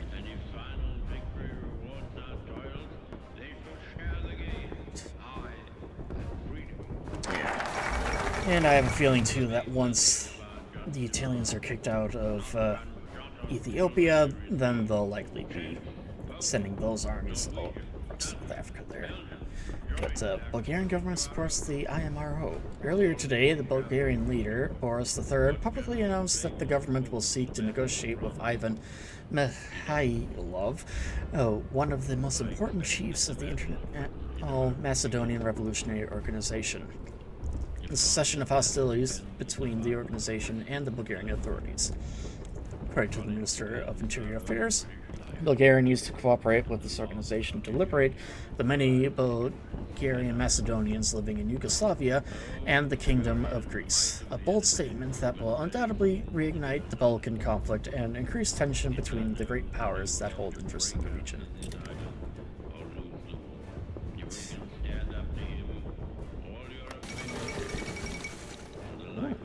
Communist China has capitulated. That's actually a significant blow because of the various different factions of China.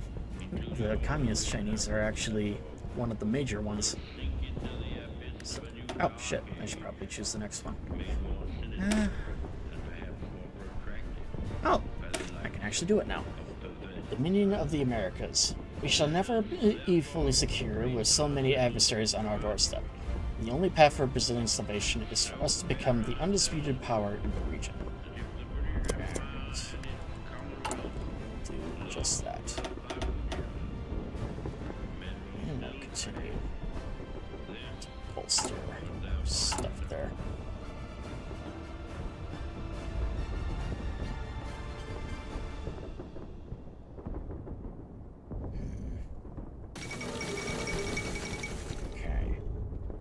We got a little bit of a update here, it looks like.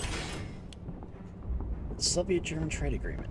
The Soviet Union and the German Reich have signed a commercial agreement between them. With this agreement, the Soviets seek to boost their industrial development and military research, while the Germans look for the important of much-needed raw materials such as grain, oil, and iron ore.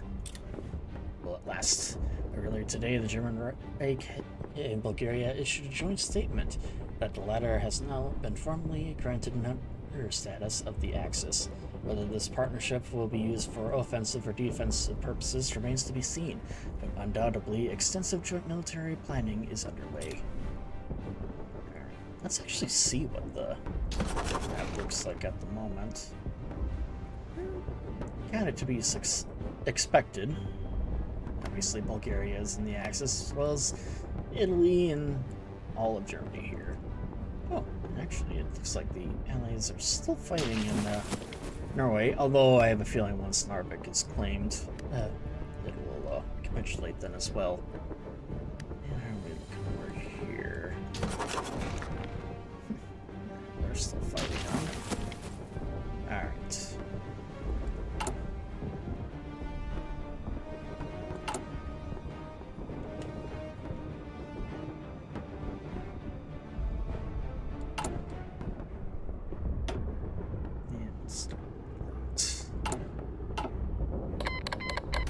And Hungary's joined the Axis now, too. Second Vienna Award. A treaty has been signed in Vienna following German operation that will see northern Transylvania restored to Hungarian rule. The territory had previously been awarded to the Kingdom of Romania upon the conclusion of the First World War, leading to a bitter dispute. After these, the first of many borders to be adjusted, how that a new order seems to have been established. Excuse me, now that a new order has been established in Europe. So, there's that. And to army here. Field Marshal. And you as well. And you too.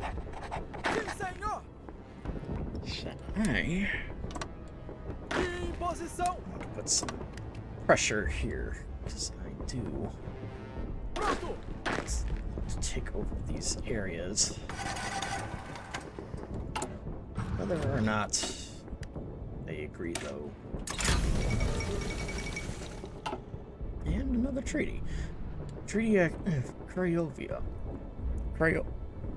Whatever the hell that's pronounced. More concessions have been forced on the Kingdom of Romania, with Bulgaria reclaiming southern Dobruja. The territory was annexed by Romania in 1913 after the Second Balkan War, and is still mostly populated by ethnic Bulgarians and Turks. Regardless of the reasoning, the Kingdom of Romania now stands significantly weakened. So, good for them. Let's see what I can do. Let me do this. The Guyana Crisis. With the eyes of European powers elsewhere on the globe, we have an opportunity to force them to transferring their territories in the Guyanas over to us. We should do just that.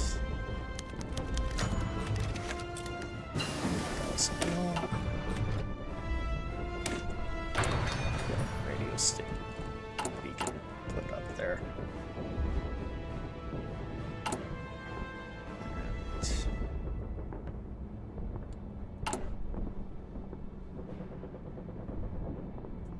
Slowly getting what we need here.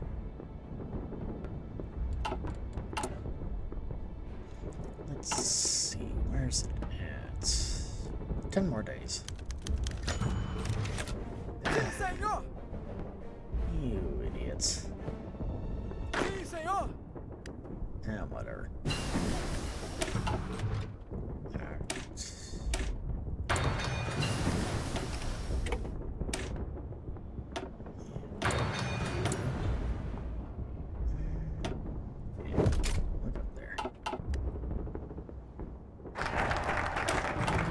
Crisis. And Paraguay the next two. Where France agrees to transfer the territory.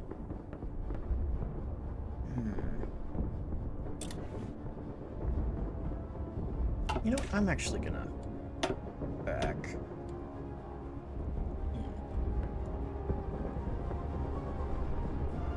We'll try it one more time. Don't exactly want to go to war just yet. And yeah, get rid of that. And he still falls ill. Yeah. Keep you going there. My ability. Yeah, I'm gonna go with you, actually. Agree.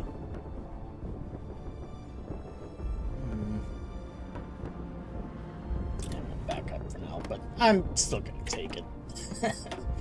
Fortunately, I have this, and I was gonna do that regardless. There. Alright. Now that's out of the way. Let us focus on Paraguay. That we have this area under control here. Alright, down here.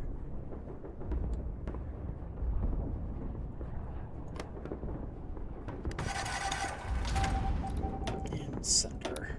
Spy there. Just to help root out the resistance. And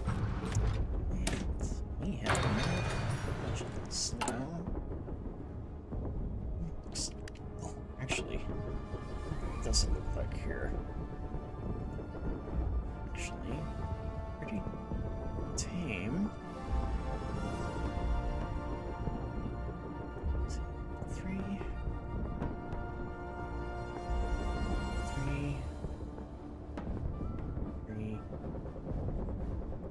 We shall.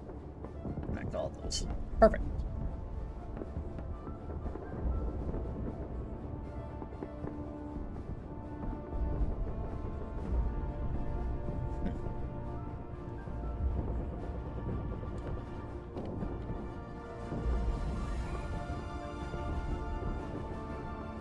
I actually did not see this railway there. But, yeah, okay. Let's dilly-dallying.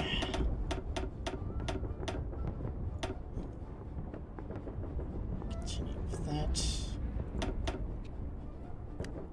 There.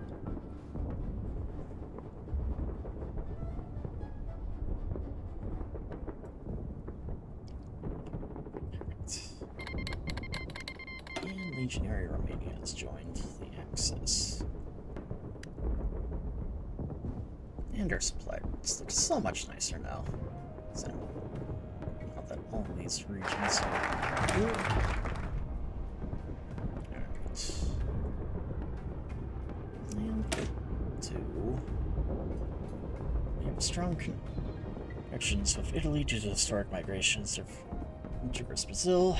As the world begins to change, our governments become more aligned. It makes sense to formalize partnership between our nations. Alright, it looks like Paraguay has accepted. Paraguay have wisely chosen to submit to our armed forces rather than risk conflict. We are now in the process of establishing a new regime in the country that is more in line with our own. Perfect.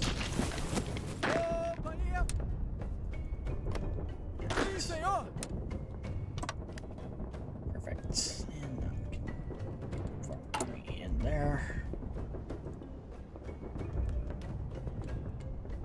Actually, slowly to get this area here.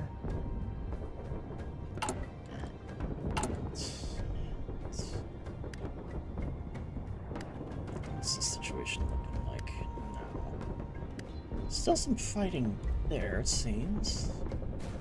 And it's basically bogged down in North Africa. Legionary Romania cedes Bessarabia to the Soviet Union.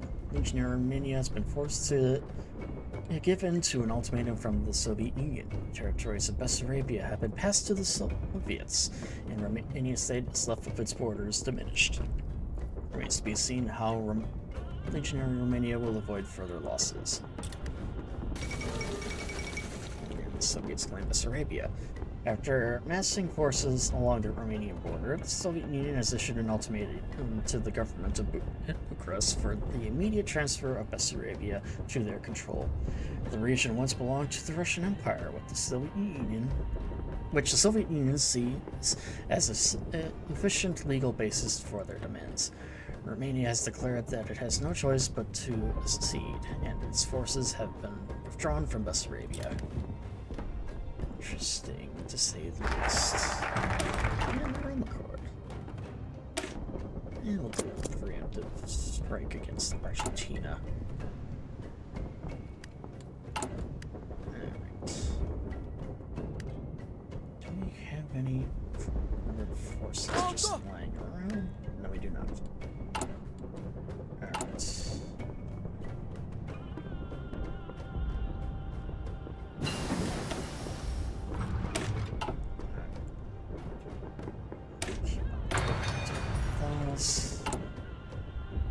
I do want to move in once we're done.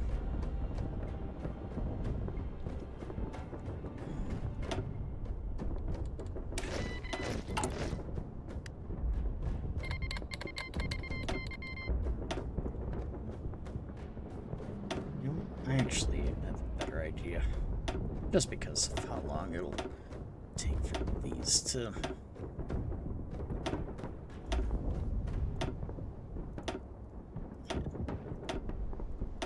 Cancel these productions here.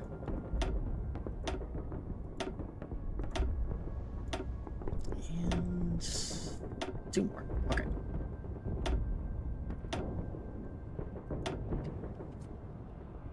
Alright, back to the construction. Alright, let's see where the there. I actually don't need one there anymore. Might actually just only be the one.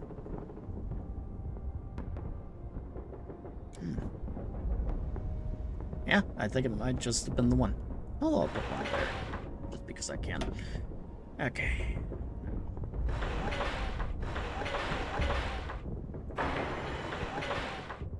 Just bolster those.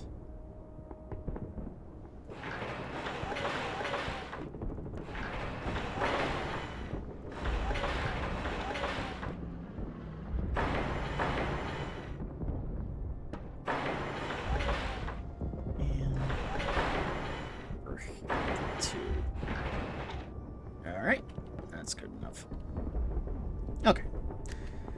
And just have it go through that, and then we can done next. Those to our list then too. Alright. Oh shit! They immediately took the bait. Okay, Argentina appears to be preparing their own forces for an attack against us following our recent provocations along the border. They know that they are falling into our trap. Soon we will have our opportunity to crush them, and they will have to suffer international condemnation for the war. Alright, in that case, I will bring this guy in here then as well. And we do have, oh, this is a carrier base. Okay, I will ignore that then for now. Let us actually go here.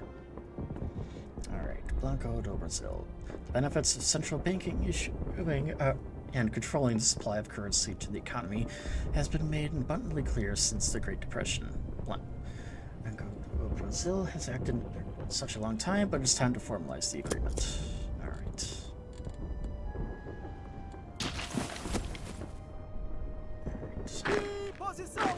Oh, we have more forces here, actually. And you there as well. And we'll call you to arms. And all you can go here and prepare for an assault.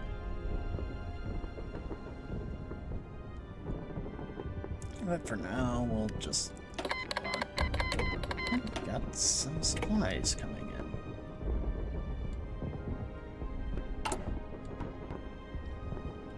There. And yeah, let's bolster the offensive doctrine, and that's good enough. All right, you boys, start the advance. Hopefully we can get through here just fine. Alright. Yeah, I need to focus on that then. Where's our baby, actually?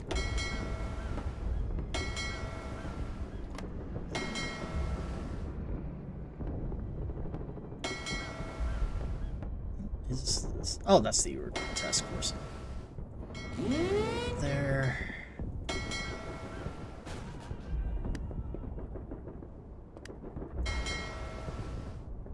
Okay. There. That's what I want to do.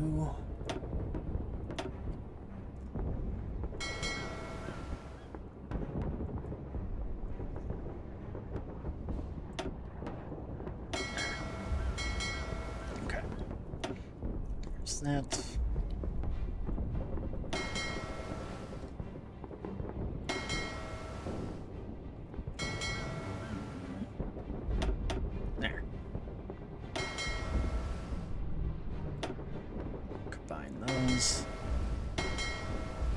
And combine those. Okay, what admirals have we got here? Not that many, honestly. Alright. Case. I'll just have them raid the coastline here. A little bit for us. Probably won't do a whole lot, honestly.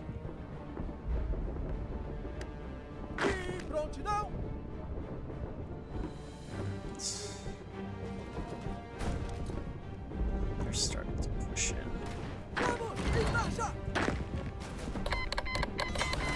Yugoslavia has joined the Allies as Germany declares war on them. Brazil. Establish a new capital. Our current capital is too distant from the remote regions of the country, and this has led to the resentment and separatism. To have the best of both worlds, we shall establish a new capital in the heart of the nation, more accessible to all. So we'll get Brasilia founded here then.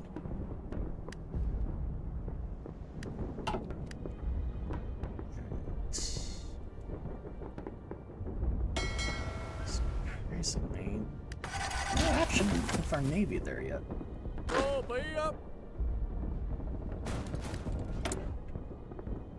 This, get more supplies. Make that our priority, actually.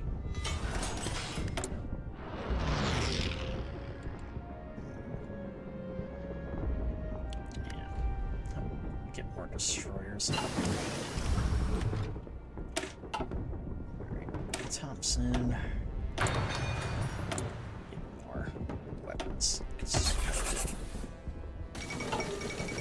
Italian-Bulgarian military technology exchange.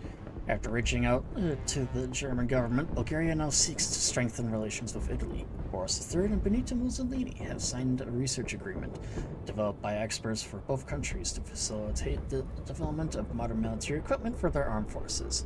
Along with this agreement, the Bulgarian government has implemented new economic regulations to promote the investment of the Italian capital in the country.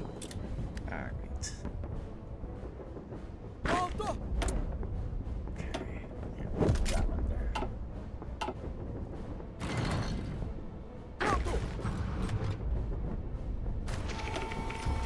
Hey, we actually got something here. And we destroyed some of their convoys. And Slavia has capitulated.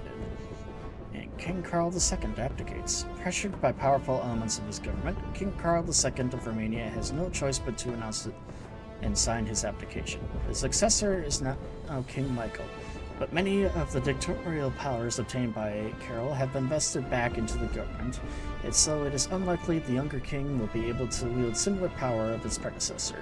Following his abdication, Carl appears to have emptied his bank accounts and has fled into exile, taking up residence in one of Mexico City's more expensive neighborhoods with his mistress Magda Lupescu.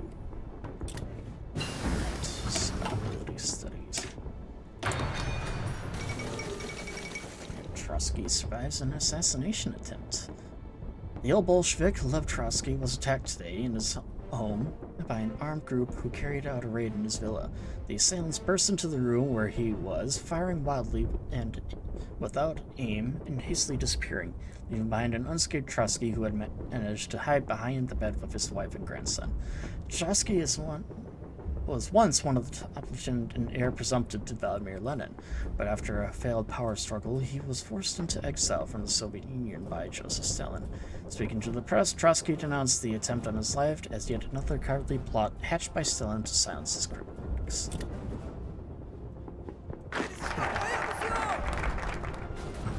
And Brasilia has been founded. Alright, and we'll do land reform. Economic development must be spread across the nation so that all may reap the rewards of their hard work. We therefore need to diversify not only the commodities of our industries, but their locations too. First declared war in Ecuador. War in South America, or more war actually. Stemming from disputes that have been happening in the regions of Napo, Pastaza, and Santiago Zamora on the border of Peru and Ecuador ever since the dissolution of the Grand Colombia, Skirmishes have now started to occur between the two countries' forces. Due to recent settlement on the borders with Colombia, Peruvian soldiers have felt confident in pushing their claims against the weaker Ecuadorian state, and skirmishes have now escalated into open conflict. This will test the stability of the region, as other countries may attempt to intervene. Apparently they're more concerned about that than they are with the fact that the two largest of South America's powers are at war with each other.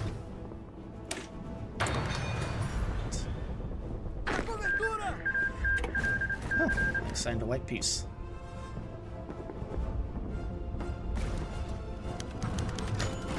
Sends equipment.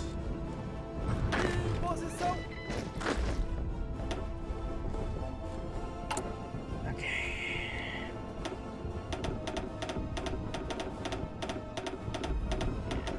Keep on recruiting more units here. So I don't need more and more of these. Let's see.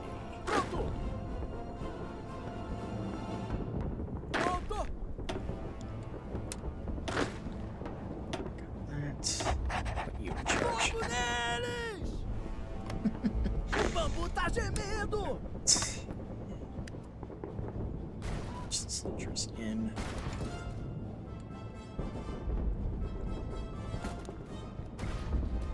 Good news too is that now that we actually have these guys here, let's get them all the supplies that they need. And raider patrols. Patrols of both fast and gun-heavy ships leave the enemy trade convoys nowhere to hide. Not only submarines cannot.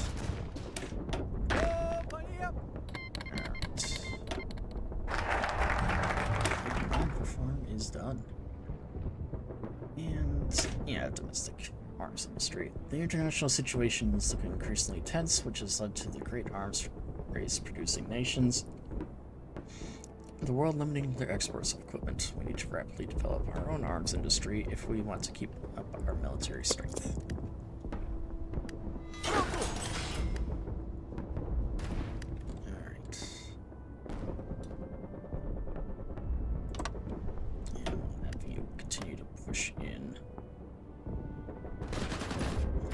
Some of their units actually managed to cross the river there. And we are successfully strangling their army, it looks like.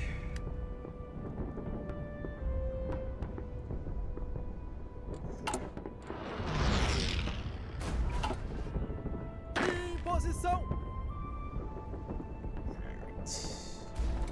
And they're slowly.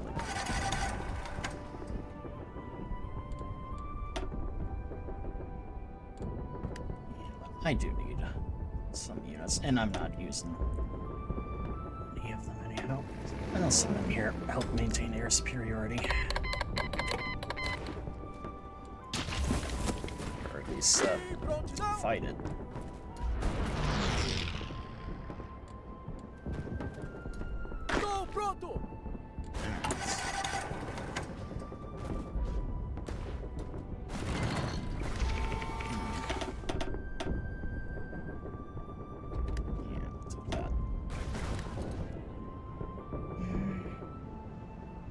Do I not have that technology research? I thought I did have synthetic stuff here. Okay.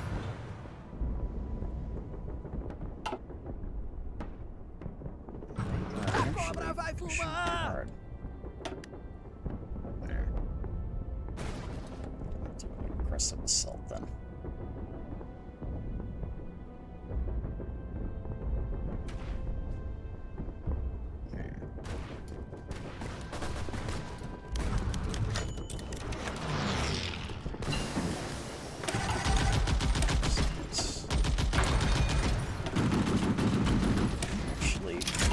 Putting up a lot more of a fight than I was expecting. Okay. And financial stimulation. We have laid the foundations of a strong economy in recent years with the investments in new industry and infrastructure projects. To maintain growth, we need only to pull the levers of the central bank and national industries.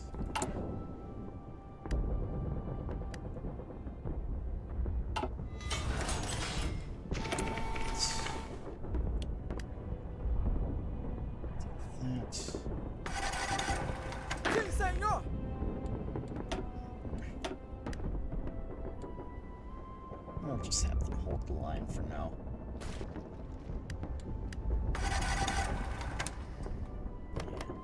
Cancel that. Alright. Yeah, just hold the line.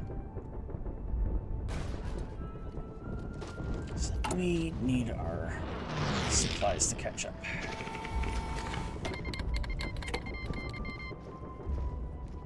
Okay.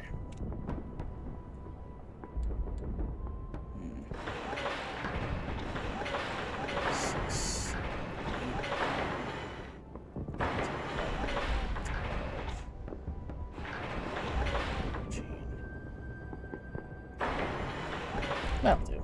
Okay.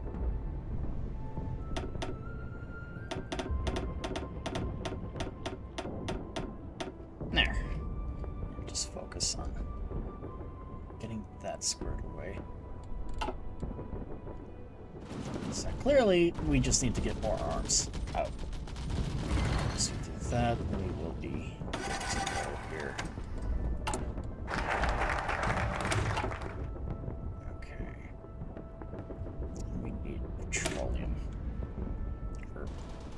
Actually, do this one. War production. The fires of war are spreading fast across the globe. Should they come to our lands, we must be able to rapidly switch our industries from producing cars and toasters to tanks and bombs. So that will increase our production requirements. In the meantime, we will do this over here. So that way, it'll give us a big boost to the amounts and no longer have these be neglected states, but growing states.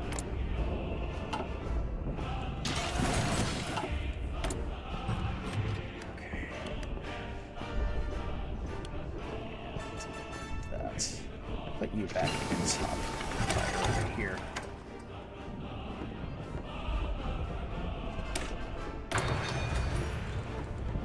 I need some aircraft here. Small plane.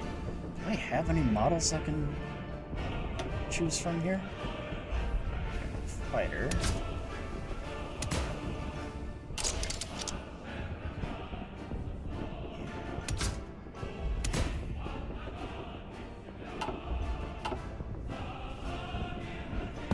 You'll do. And I need Cass, because Cass is king. So let's. Oh yeah, that's right. Resets. Cass. And get some bomb sets there.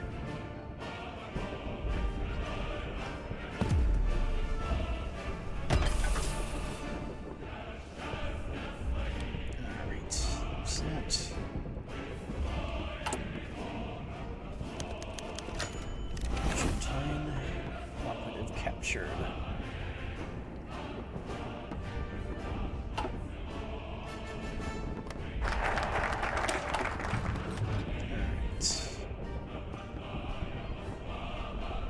And make offensive and follow.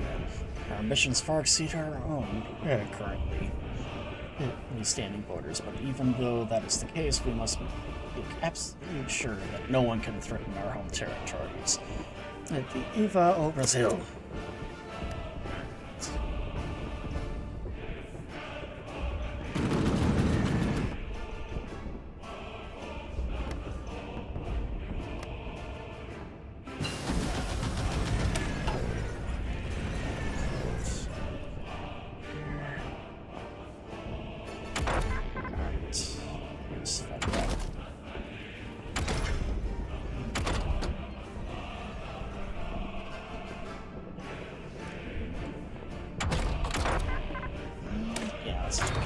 machine.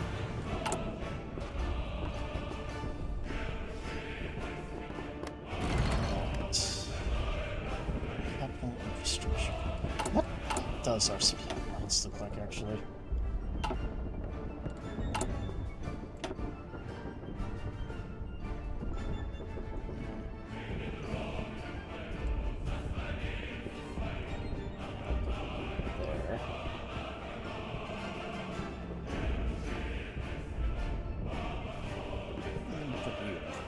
Okay.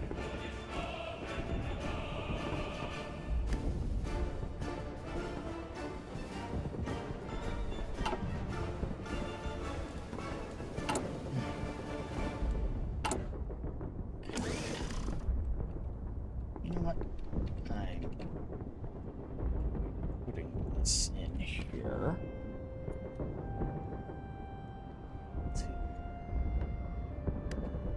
There.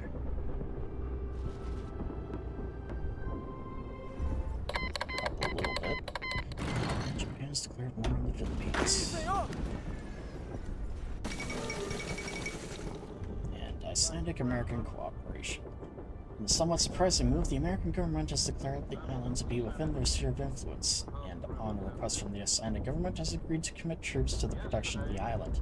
All Icelandic foreign politics will be managed by the American government from this point on, turning the island into a de facto American puppet state.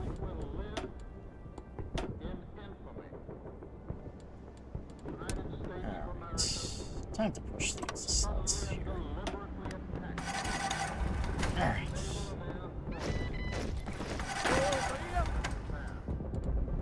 And we got our first few units coming in.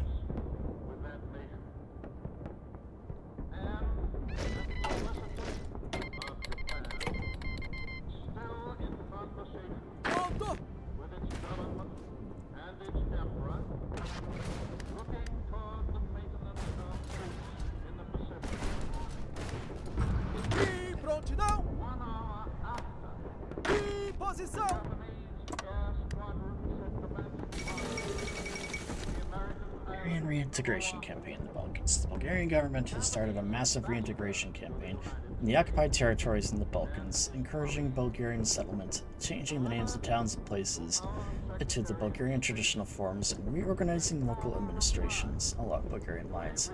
These measures, Boris III hopes to demonstrate the Bulgarian nature of these regions and legitimize their future annexation by Bulgaria.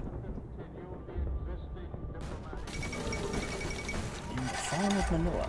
Manila, the capital of the Philippines, has fallen to the Japanese after the withdrawal of its American and Filipino defenders.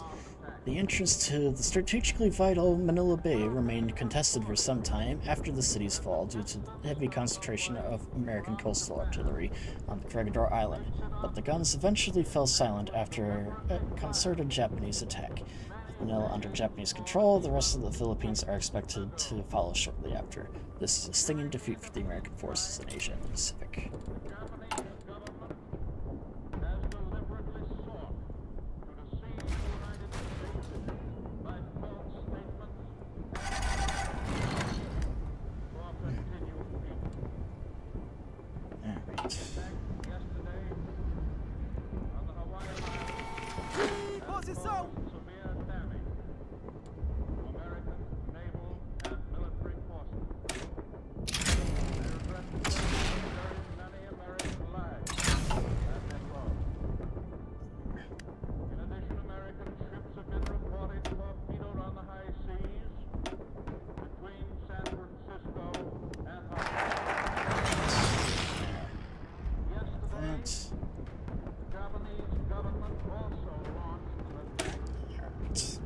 International Petroleum Council.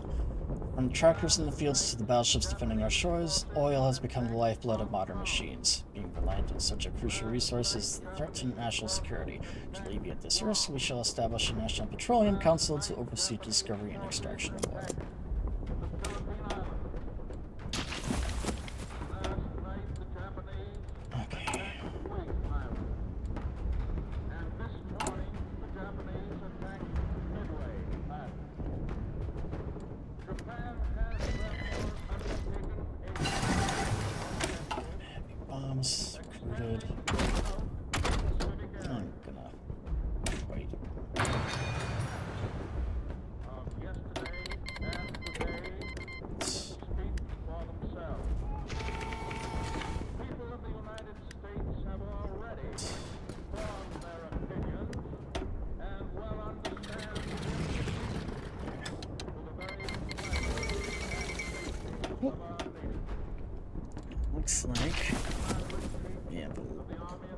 continuation war starting, as well as the German invasion of the Soviet Union. Finnish continuation war. Following their defeat in the previous war against the Soviet government, the Finnish people have now mobilized and stand ready to reclaim the territories they lost and liberate the Finnish and Karelian people from foreign oppression. As spiritual successor to the Finnish War for Independence and the Heimostad.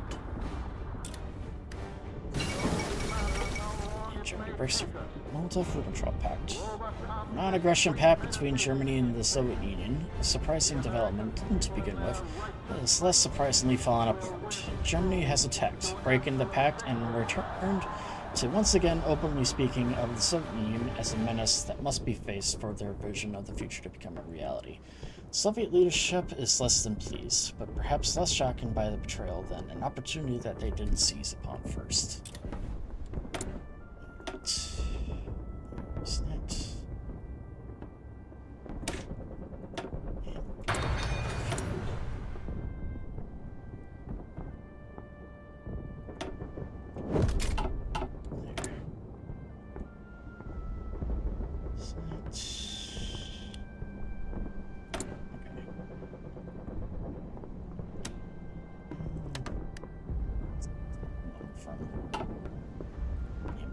I suppose.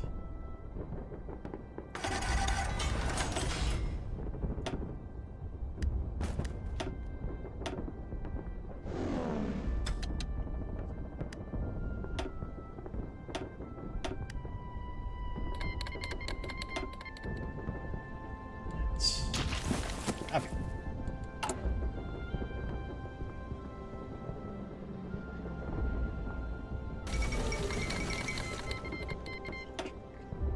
Declared war and the assassination of Lev Trotsky.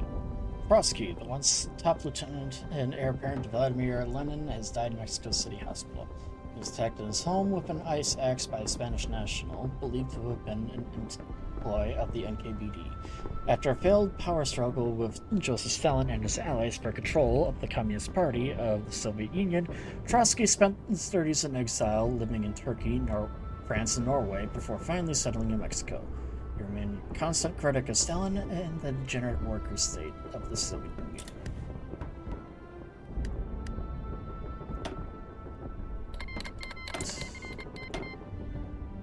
The Allies have joined forces.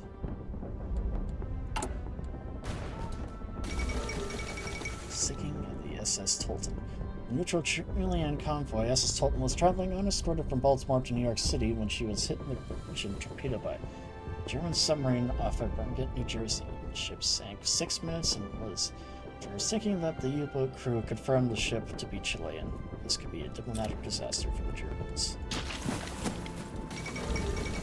The Philippines have capitulated.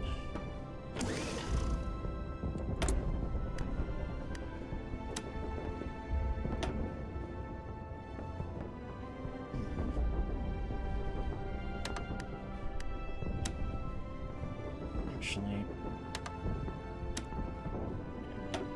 it's from the Americans, I think. Okay. You know what? I was really hoping I wouldn't have to keep doing this, but I'm just gonna, just because I need to. There.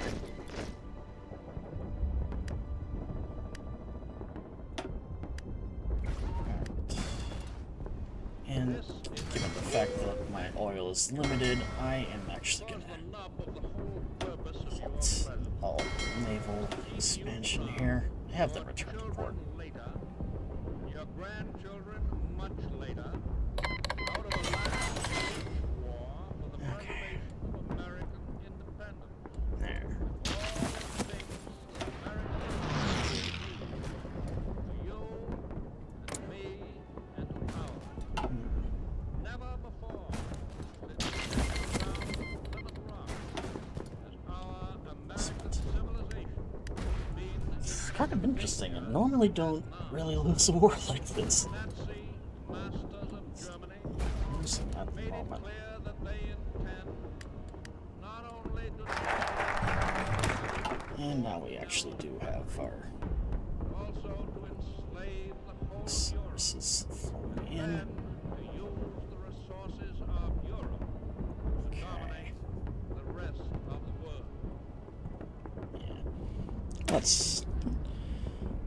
start working on our army. Though they are not the scuff at, our armed forces are still much weaker than desired. We need the soldiers some more modern weapons, as well as training them to be ready for combat any time. Categorically, that the United States Alright. to encourage Looks like Kyiv is falling. Fall of Kyiv. Kyiv, the capital of the Ukrainian SSR, has been captured by advancing German armies in the Soviet Union. The capture of one of the most important cities is a serious blow to the Soviets, but the question still remains whether the Germans can keep up their momentum. Moments after the Germans had occupied the city, thousands of mines planted by the NKVD were apparently detonated in the buildings alongside the Shop Main Street, causing even more damage to the already ruined city. Now the invading forces look to the east. by the Greeks and by thousands of soldiers.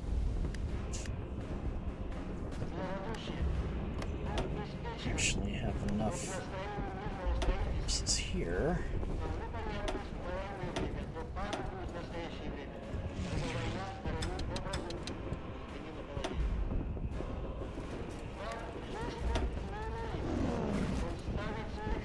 Have them move there.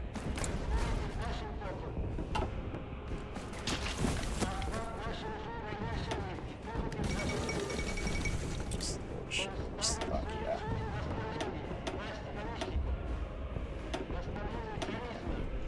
More fighters.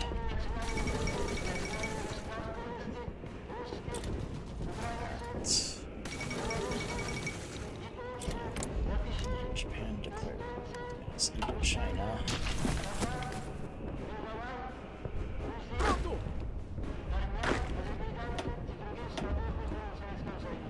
Okay.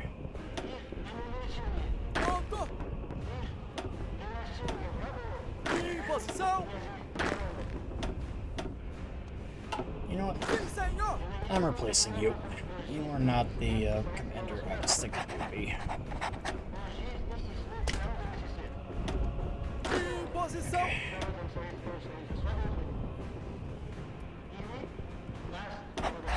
I'd demote him, honestly, if I could. There. Charge. As well as you. For exceptional bravery. Medal for bravery.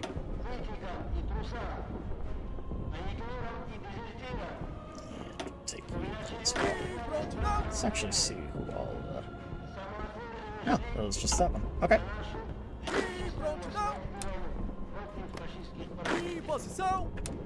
Alright.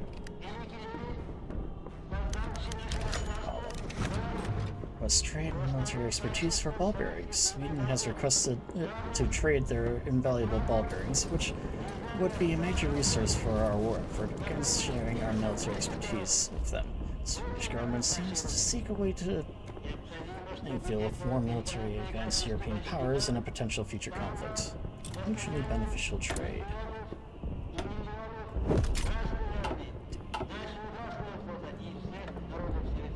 Okay, what's we're at max. You. Okay. Should help. Synthetic oil.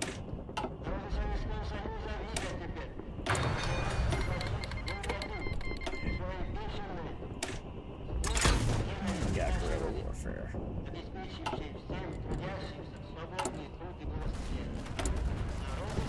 Okay.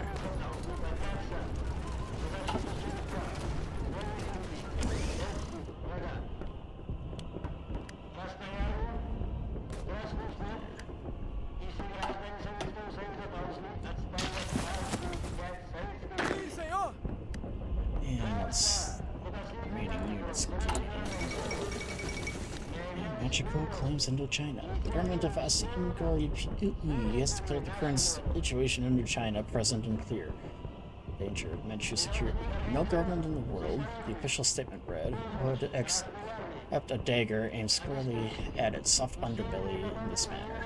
unless the region is pacified or Japanese authorities replaced with governors more willing to work with Manchukuo. The threat of Manchu interests would continue. While a spokesman for the Puyi stressed that Manchu government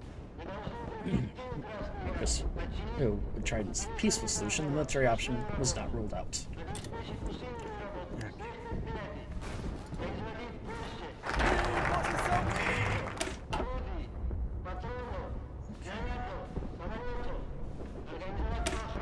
South America may be our home, but it is nonetheless worth this continent for regular armies to fight out. Alleviate the issue, it would be beneficial for a bunch of armed forces getting slowly to proper management and distribution of logistics.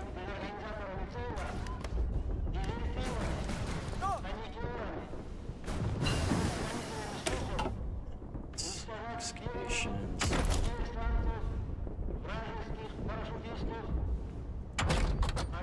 Let's see. Yeah, I need better ships.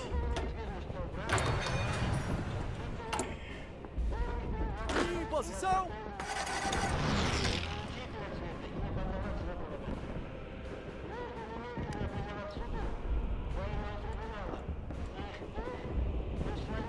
Let's try this again.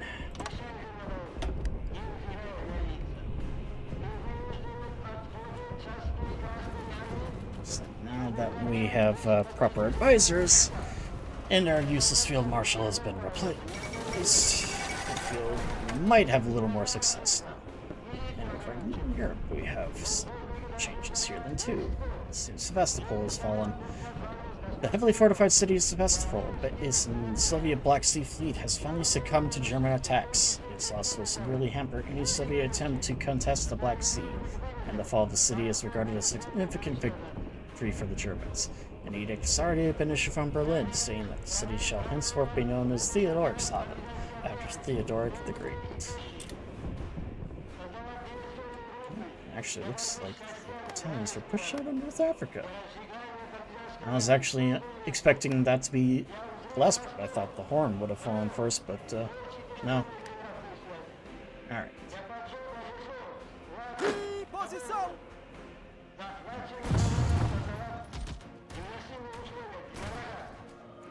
Now our forces are finally counterattacking.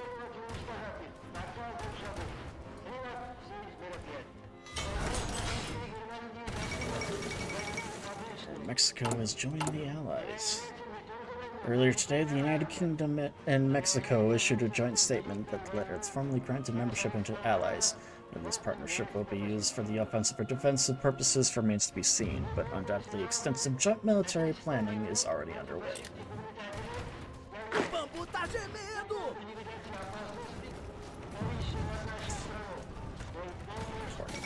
SARS, and Greece has capitulated.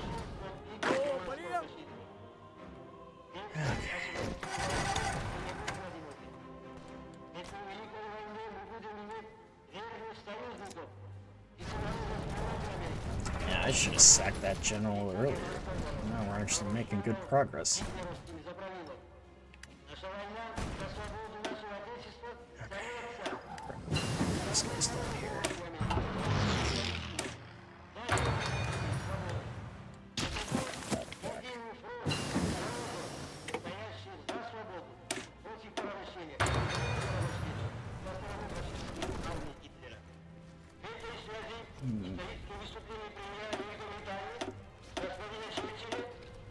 I told you to go there. Thank you. In the proper area. Bambu tá gemendo! Sim, senhor!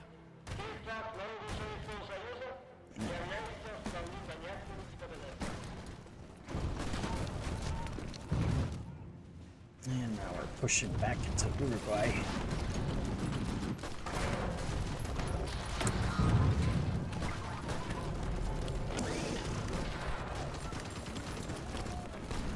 Okay. There. And just so that we don't have to worry about any further issues. 3, 5, and 1 more. 6. There we go. That'll do.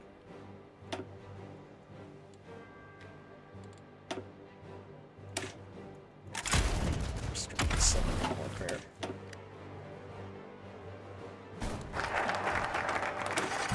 Logistics.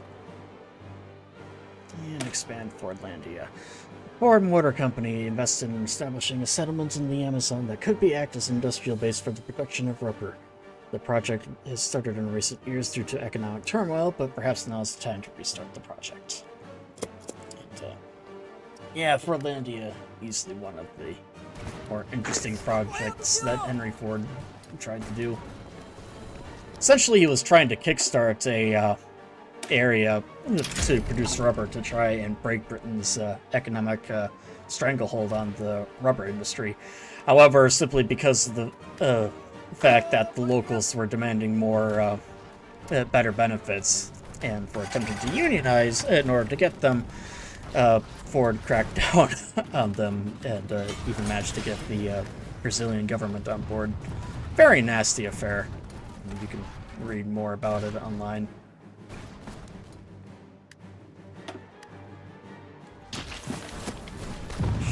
Appears we cut off some of the people here. Let's actually see what the status is.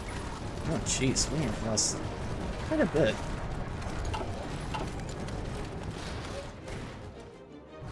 I was hoping for a quick and easy victory, but nope. Just like actual history, we failed here. And once Argentina's out of the way, we'll likely then continue our efforts and head on to the south to take on, or not south, west, I mean, to take out Chile.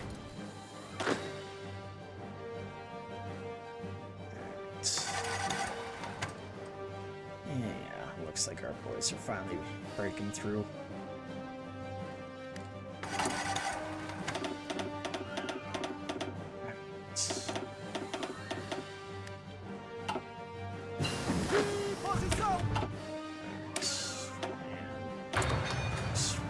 Ships.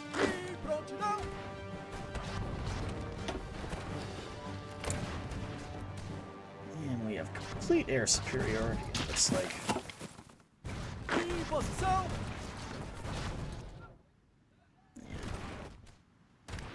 We've certainly broken their back. This unit here. Siam joins the East Co-Prosperity Sphere.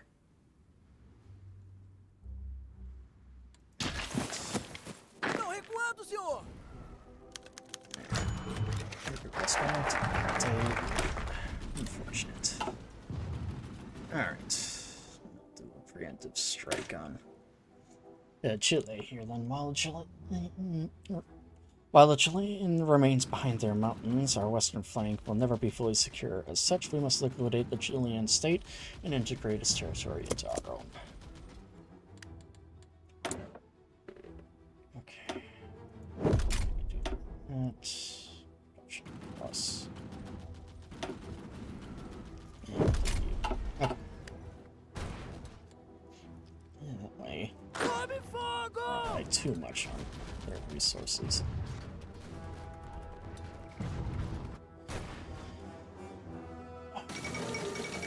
And the fall of Baku. Oh dang, Germans are making real good progress in the USSR. Okay, earlier today, the German forces successfully occupied the city of Baku, a vital strategic objective in their war against the Soviet Union. Located on the shores of the Caspian Sea, the city is the key to the Caucasus, and as many oil fields are sure to benefit the German effort. Its capital puts Germany in a position to expand its towards the Middle East and possibly even India. Alright.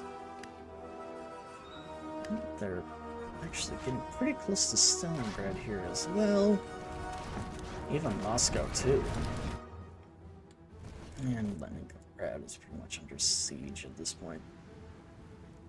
And Italy's doing surprisingly well in East Africa. Alright, but back to our front here. Continue em frente! Radar detection. Swap that out for basic fire control.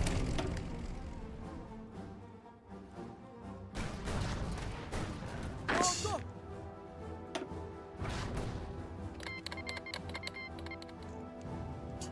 Domination of the Americas. That's fine. Go, Bahia! So at this point, I feel we've pretty much ensured our victory in this war. We're slowly surrounding Buenos Aires. And we've cut them off too from the rest of the country. Alright.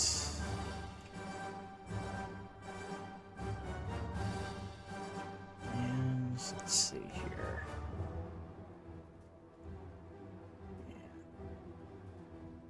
Yeah. I'll do this.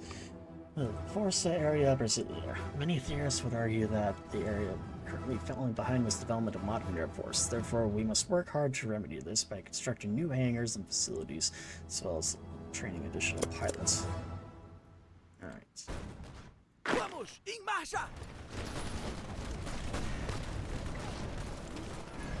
There, Buenos Aires has fallen.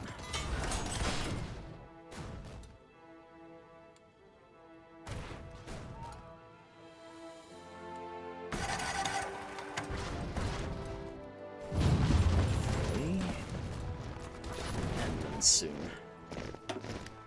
Closer we to ending this war. Oh, nope, not that one. This one.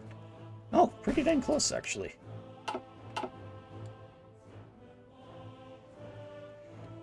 Okay. Go, pronto! So we need to take maybe one or two provinces and we'll be finished. Right here.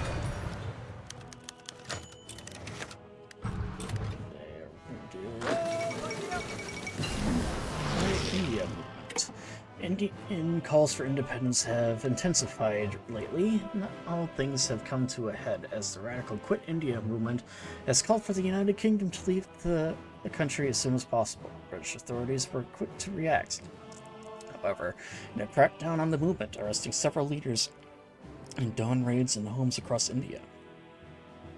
Reports prepared special branch indicate that many sympathizers are still at large. However, and many in civil services have expressed fears from more extremist elements of the movement. Many even resort to violence. Alright. Sim, senhor!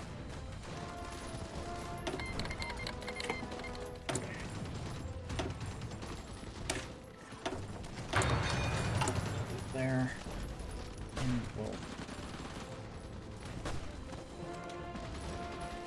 prioritize reinforcements. That. Okay. And reinvigorate the Navy.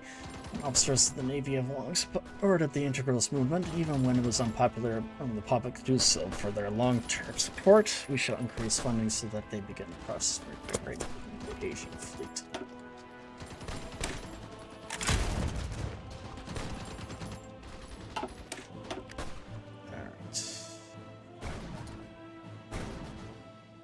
Go, pronto!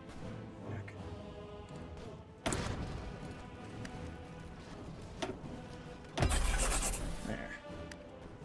Whoa! That's a lot of iron. Or steel, I mean.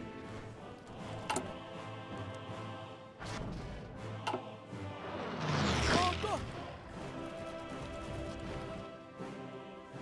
Okay. Sim, senhor! E pronto!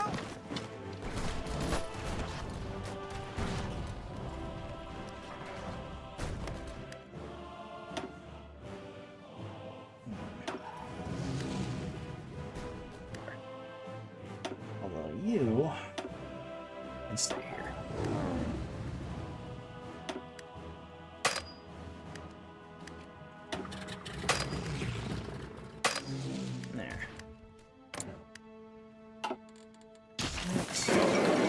There! Now we finally got them to capitulate. Take that. No, wait, cancel that. And we'll just wait a little bit so that we can take that. Take their navy, and we'll annex the upright. There. Guarda, senhor! Alright.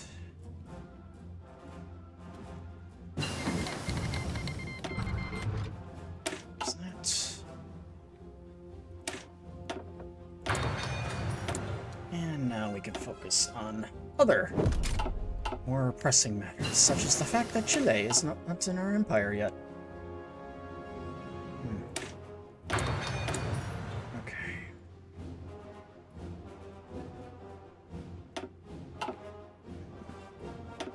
And semi-auto. Em posição!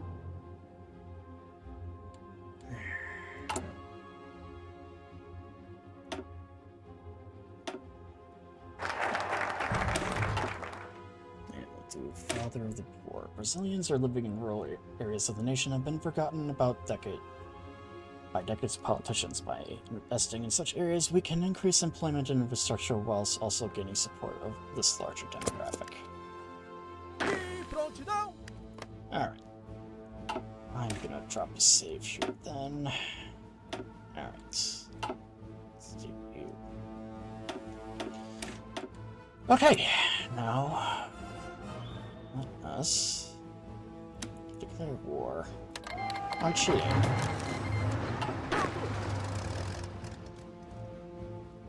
Patagonia offensive operation.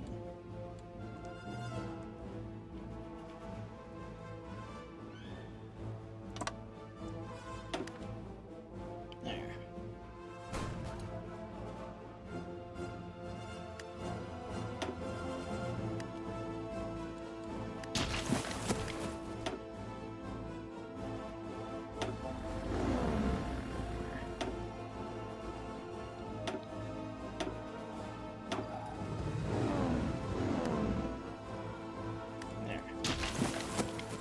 Em posição! And Santiago is now ours.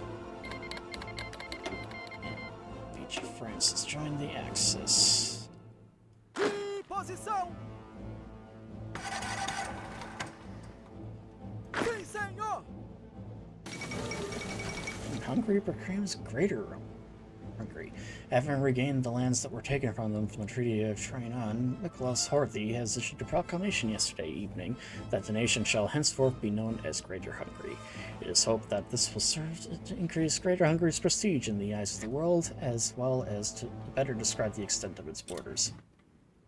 Let's actually take a look at the status quo in Moscow. Looks like it may be on the verge of falling here. So, there it goes. All of Moscow. At dawn today, German panzers smashed through hastily erected barriers in the streets of Moscow, and half-tracks were seen unloading Panzer Grenadiers on Red Square.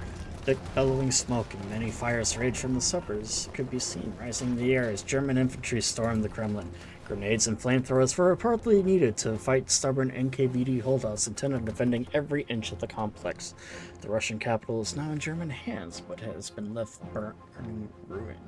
The unconfirmed reports indicate that Lenin's embalmed corpse was safely evacuated east. This is the end of the USSR. And the fall of Hong Kong.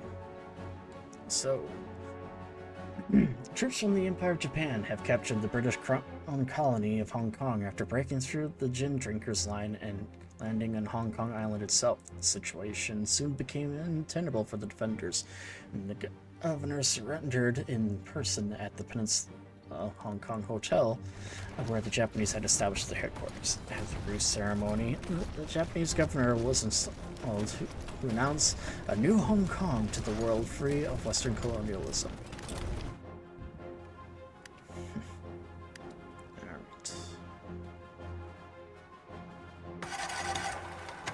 Em posição!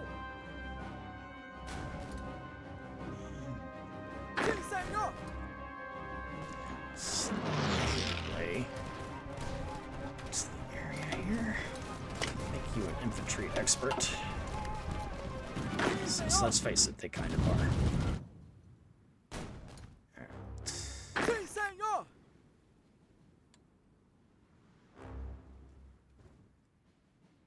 Cobertura. Are we in? Not quite there yet. They're getting close.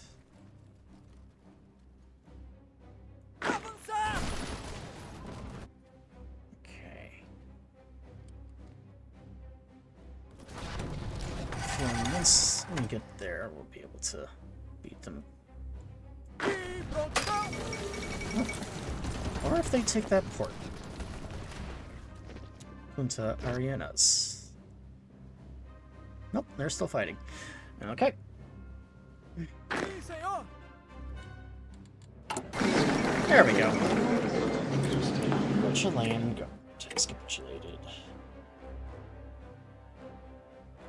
Take their fleet, add it to our own, and the whole of Chile. There. Oh, Maria. And now, let us surround Paraguay. Bolivia, I mean. And securing the Amazon. The Amazon rainforest is intrinsically Brazilian. The fact that Bolivia continues to occupy parts of it can no longer be tolerated.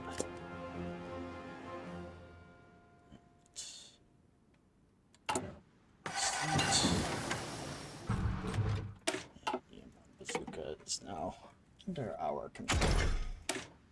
Probably move our artillery here a little bit. So I realize now we are using rather outdated ones. Okay. Okay. Looks like that.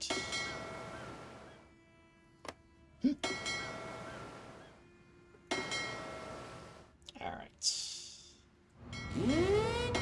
With our new fleets, we've actually gained a rather large one, actually.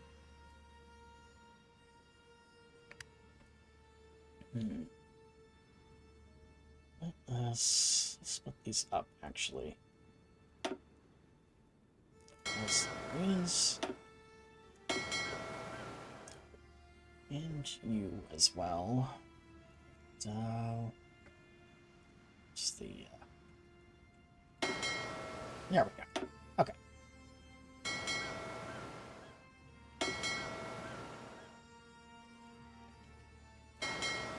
Just that. Okay. Take those.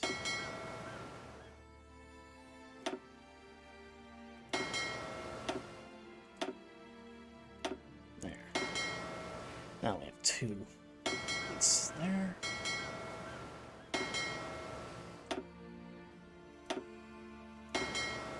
And there. Okay. Now we're actually starting to get a proper fleet. And since we have all the major fleets from South America here, we have a pretty decent one, actually. This is not terrible. Alright. Increase that.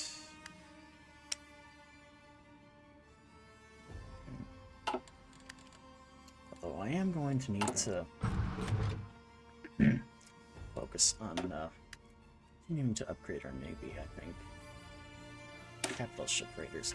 With the most powerful ships on the hunt for trade convoys, the enemy will no longer find safety in numbers. They are sitting ducks, praying that we will not find them. Sí, señor. And the Bolivia operation. So we'll be attacking them from three sides, so that'll be good for us. Oh? Oh, dang. Italy managed to recapture Ethiopia.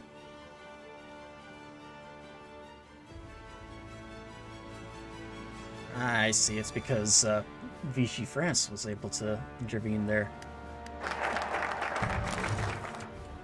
Alright. It's done.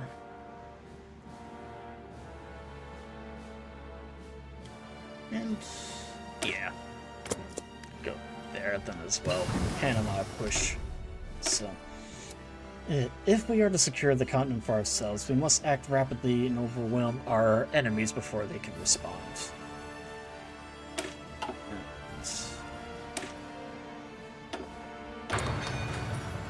Continue there.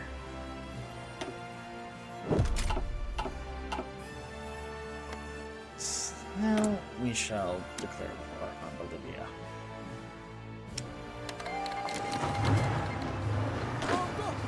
Alright.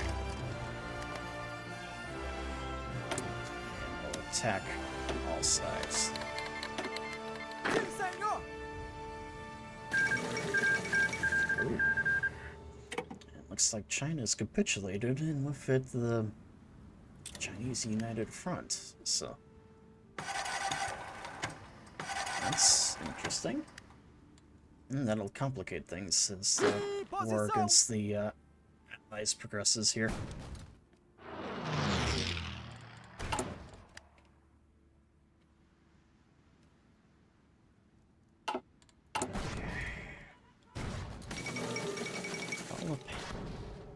Pitari, Leningrad, the former capital of the Russian Empire, has been occupied by Finnish forces.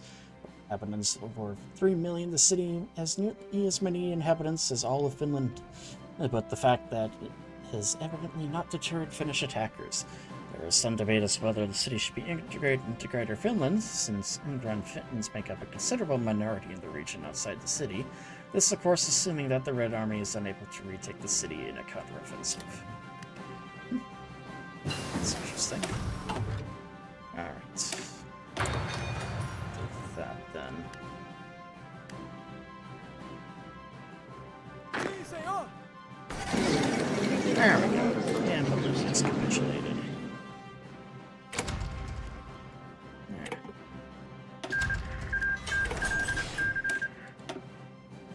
And that's the end of that. Todo pronto. And we'll set up for our next attack. We will likely go after Peru. Okay.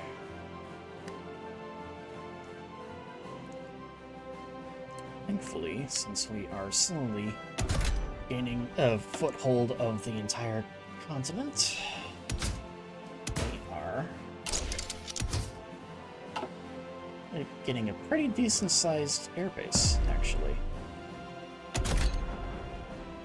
Alright. And tactical bomber.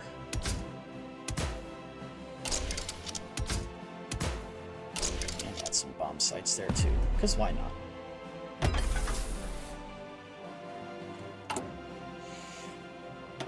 Okay.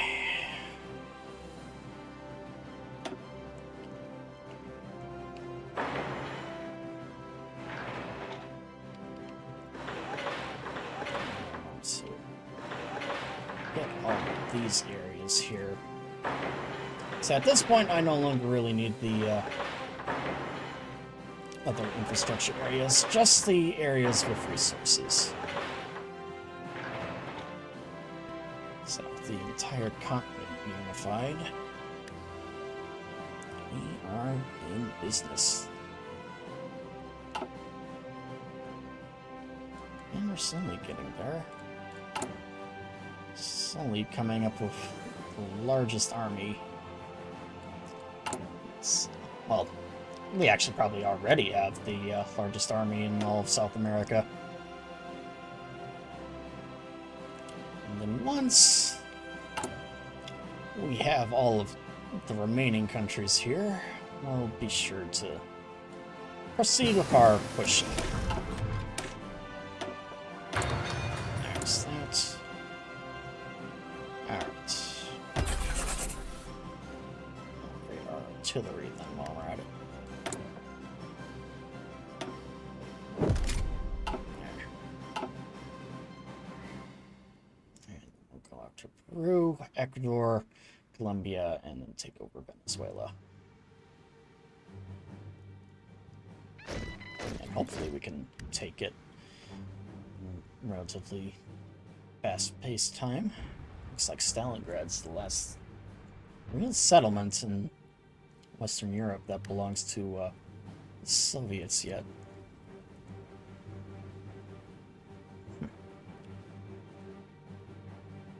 Although I'm honestly impressed that the Italians were able to counterattack so successfully, because it was looking for a while that the Allies were going to be able to push the Italians out of there. So the fact that they are actually still in it is rather surprising to me. Alright. And then we have this.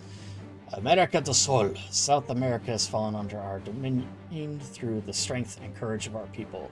Now we must bring the difficult task of unifying the continent under our rule and culture. And essentially, it will bring the entire continent under our rule, and we will actually now be known as America del Sol. So.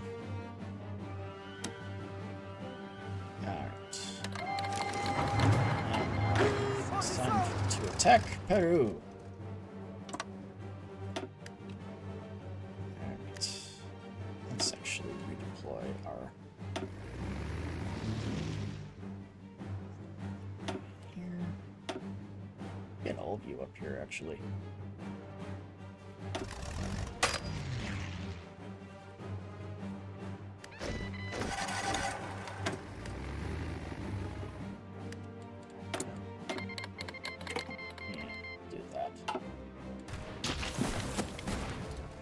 Cobertura!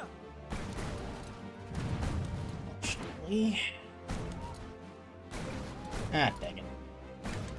Bahia! Good thing I have a few extras here. Alright. You. Dang it. Dang it again. Let's see. You. You know what? I'll give you another chance. Posição! Alright. Get over there.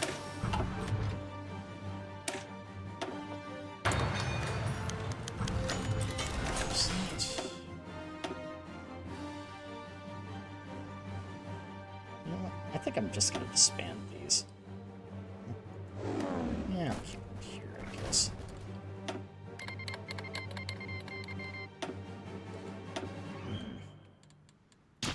Alright. Companhia!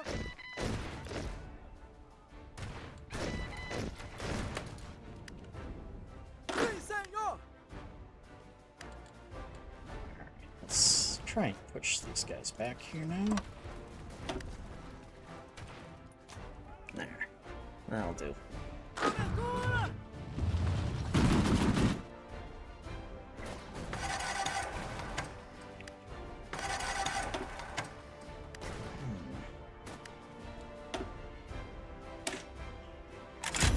Attack.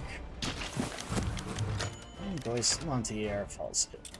That's unfortunate. Continue em frente! Sim, senhor! Estou pronto!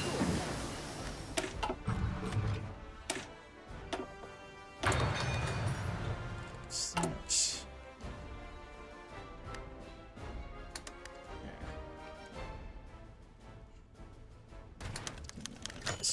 History of the war for our existence.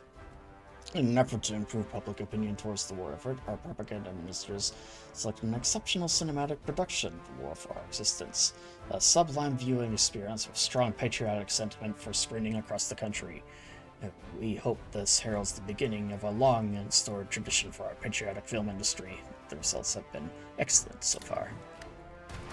And yeah, that actually brought our war support back to 100%, so... Em posição! Guarda, senhor!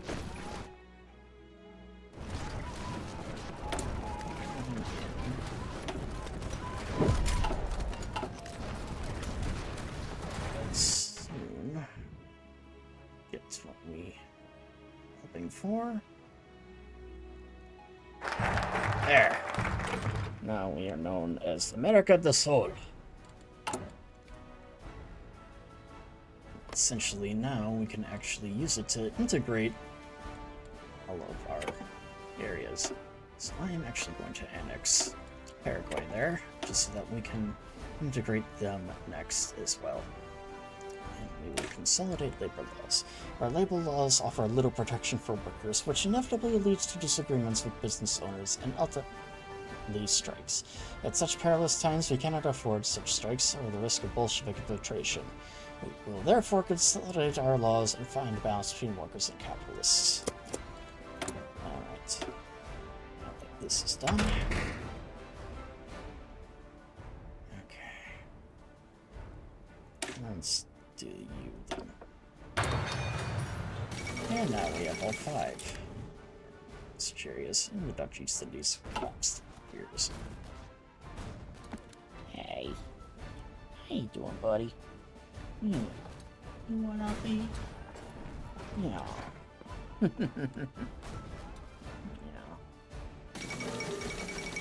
British Malay has capitulated. Em posição. Alright. Opa, e Time to get rid of this on their side here. Okay, and anti-air. That'll do.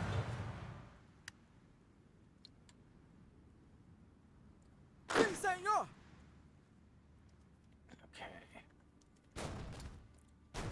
We're getting pretty close to taking all that we want.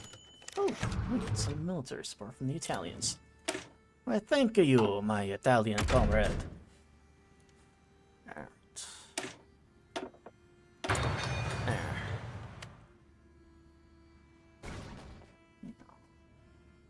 Big boy. Well, I will say the Peruvians are putting up one hell of a fight. Okay. But, time to integrate the territories that we do have under our control at the moment. And just because I want to integrate them all at once. Perfect.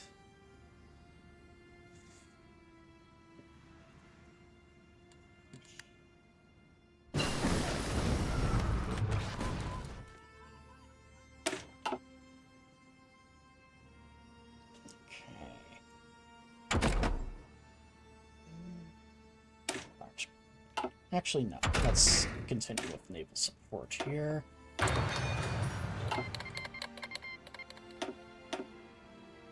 Cobertura. Japan's moving into eastern China now.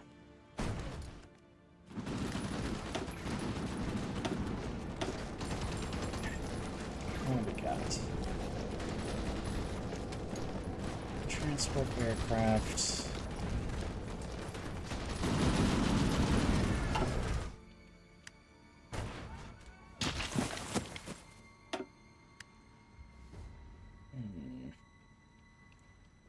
Let's see.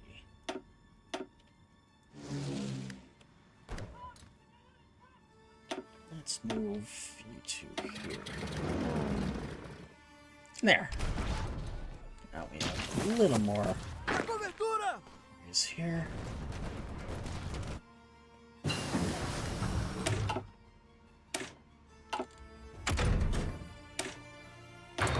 There. There's that.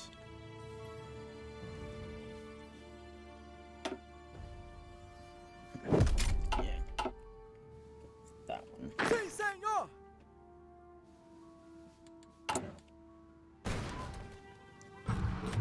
And soon we will have what we need.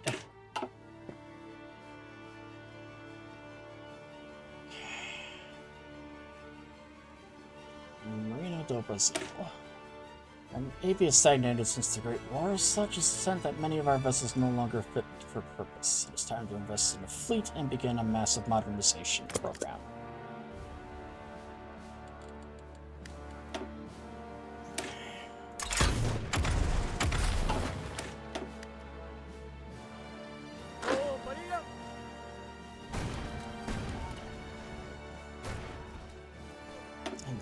to Lima is there.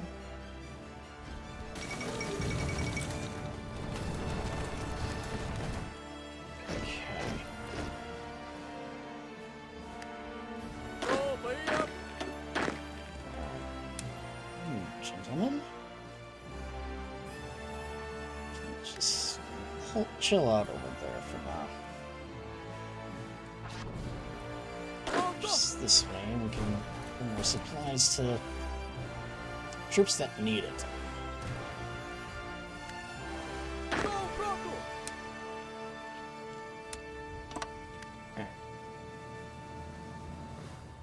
And have them halt their attacks for now.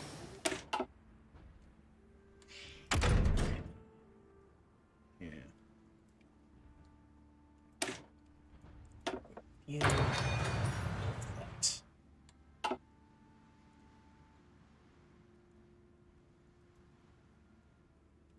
Em posição. Let's see. That and you. Estou pronto.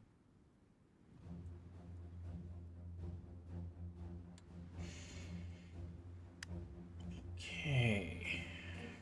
Em posição. Let's see.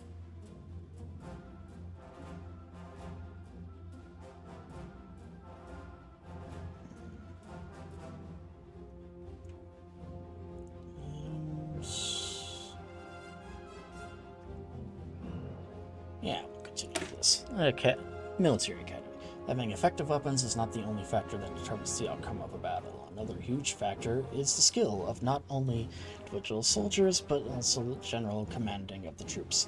To reach this end, we should invest in expanding of the operations of the Army Department of our Military Academy. Alright.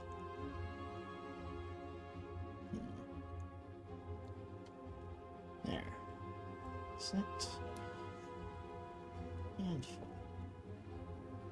continue on. So now that's kind of settled. Let's try pressing the attack here Em again. posição.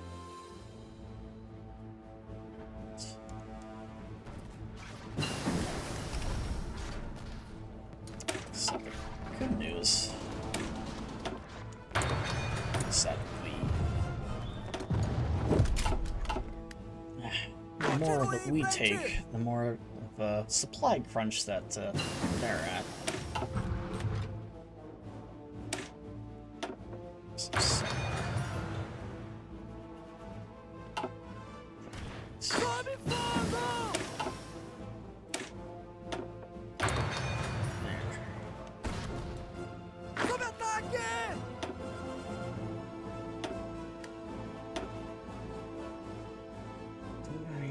Yes, I do. Few tactical bombers here, it looks like.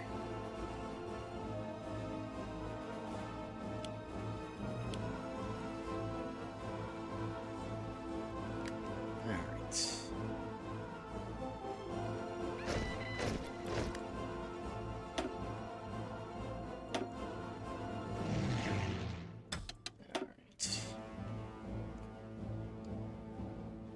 Alright. Actually, no. I'm just gonna have them attack the enemy there.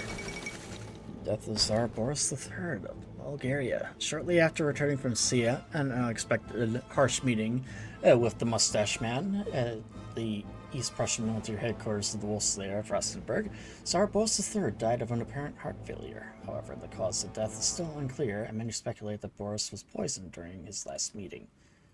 Many believe that the orders of the Mustache Man. Others have convinced that it has been the NKVD that poisoned the Tsar. Someone pointed to the United Kingdom, and disturbing as it may seem, some others even dare claim that the Bulgarian government itself is involved in the death of the Tsar. Oh, hey, Flora. Well, good to meet you. It looks like you haven't been on here before, so hope your day's going well. So, convoy sailing here. Guarda, senhor. Okay. Actually, now that I think about it, I should probably continue bolstering this now that I actually have a pretty large industrial base. So, I'm doing that. Yeah, I'm doing well so far. What about you? Yeah, I'm doing good too. I mean, it's Saturday. I've been enjoying my afternoon so far. And right now I am just trying out the latest DLC for Hearts of Iron 4 here. So, it's currently trying the Fascist path for Brazil. Currently, I'm making an effort to unify all of South America under one banner, and while also continuing to upgrade all my military fleets and whatnot. Continue em frente. Okay. Opa, aí, ó. Okay. Actually, I'm gonna hold on more units for now. Opa, aí, ó. Jesus, boys. Nuts. Okay, sounds good.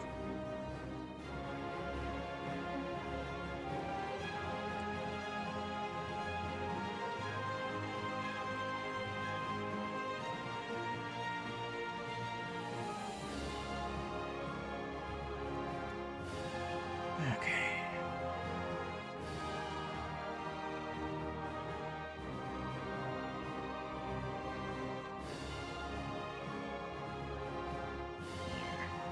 Get that going.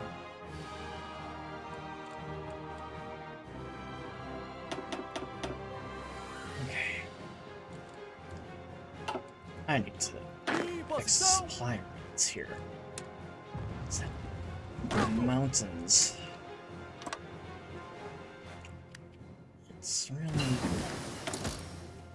a little more complicated than I thought. Let me see the terrain map here. I believe there is one. Here we go.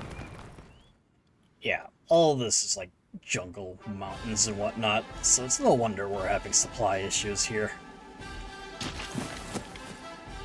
Okay. Fortunately, we have more things incoming. Alright, expertise technical production department. In order to properly arm the military, we must enlarge the weapons industry, thus building new industrial facilities specifically tailored towards the production of military equipment. Alright.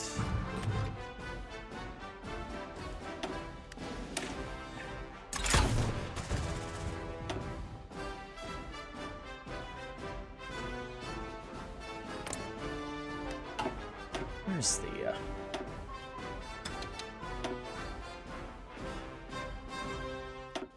let's start bombing their logistics here.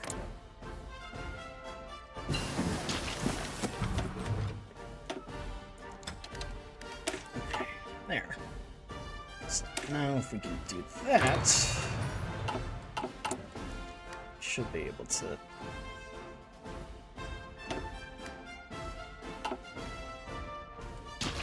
do integral rallies then as well.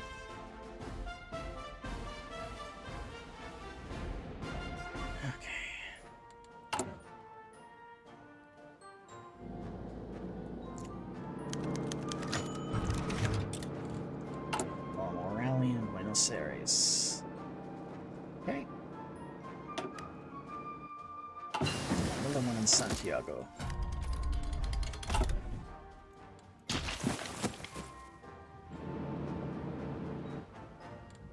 And me. There.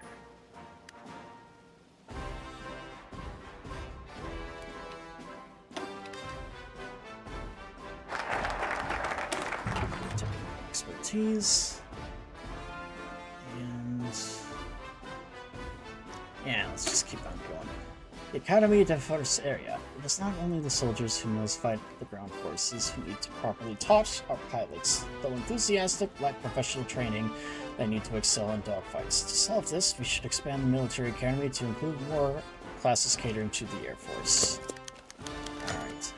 Ooh, massive rally in Santiago. Good for us. Montevideo.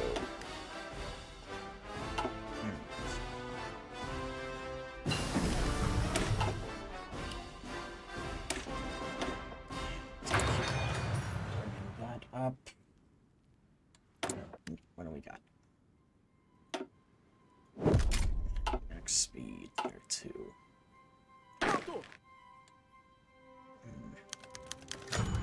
Another rally there. A massive one, I mean.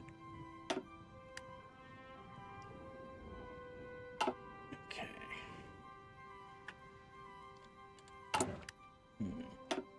I need a... yeah,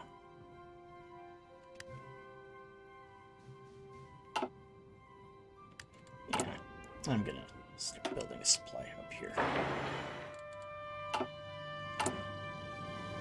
Up that top priority here. Okay, what next? Ship built. And department.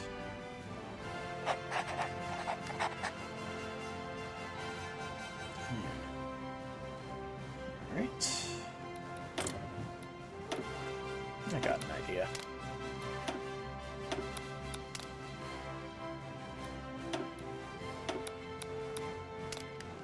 Okay. And normal rally in Paraguay.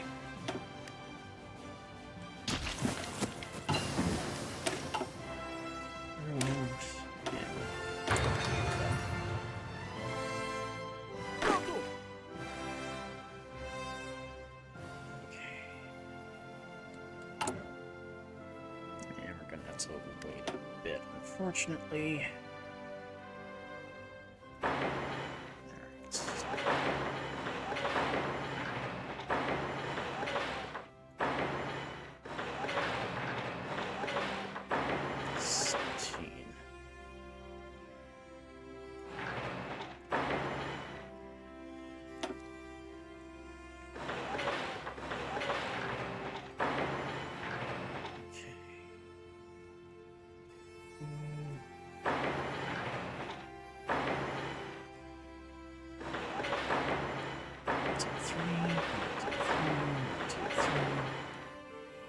There. That should do the trick. First rally in Atacama. And La Paz. Get another one down there. And we'll invest in ports. We've made great progress in supplying the needs of our economy domestically, such to extent that we can look to exports as a means of promoting economic growth. So we'll do that. And then we can focus on getting back to naval productions. Ah! And there we go. Now Stalingrad has finally fallen. Advancing German spearheads have seized Stalingrad, Stalin's namesake city on the bank of the Volga. After fighting their way through ruined Stalingrad tractor factory and seizing the strategically vital Mariam Kurgan Heights, the Germans have forced the last Soviet defenders across the Volga and its eastern shore. According to unconfirmed reports, holdouts of the Red Army fighting together with partisans have retreated into the sewers and basements to continue their struggle. No significant organized resistance is believed to remain, however. Yeah, that's good. Now the Soviets have their last little bit of reinforcements over in the east. Small pause. Alright. Try this again.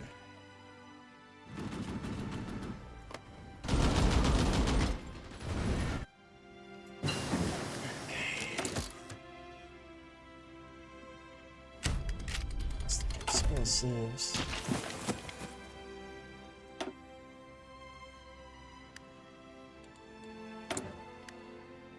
There. There's that.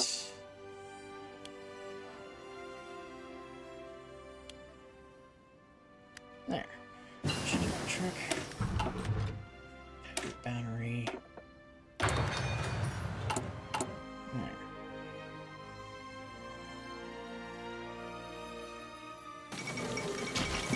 Turkey joins the Allies.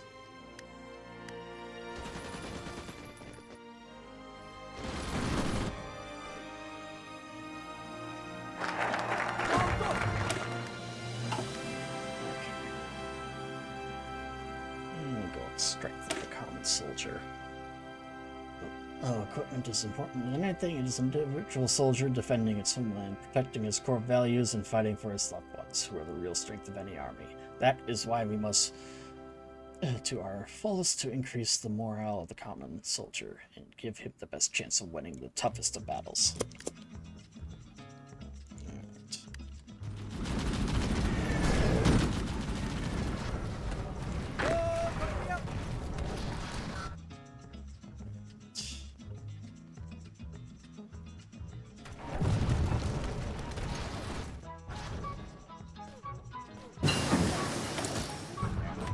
Explosives. Okay.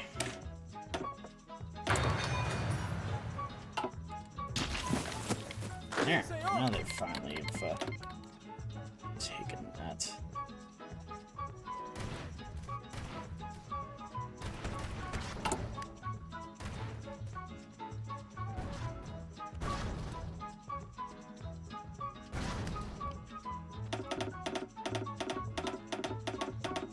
What's that?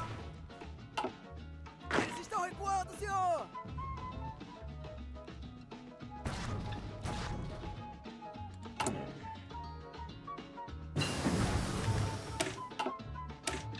And keep on researching that.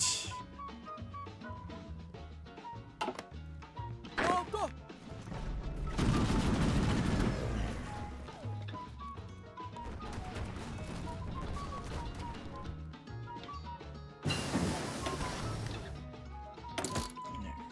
It's done. Let's train centers. Em posição! I gotta hand it to the Bluebeards here. They have lasted much longer than I was anticipating. So I was expecting them to break pretty easily, but the fact that I had to essentially reroute the entirety of supply lines just to actually get through really tells me everything. Alright. There. Now that's done. Companhia! Alright. It's done. And now we shall integrate the rest of their territory into our empire. Em posição! Fighting drills. That. Alright.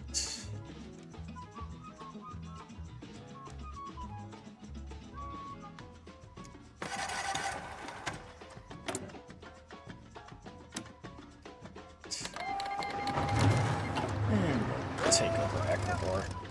And I swear, these guys last as long as Peru did. I do not know what them. But given how small of a country they are, they may not last very long. Okay. And now, Joint Operations Command. Now that we have developed not only our army, but established a good grounds for our Air Force, it's time to establish creating coordinated and cooperation between these different army branches. As such, we will found a Joint Operative Command consisting of commanders selected from both fields.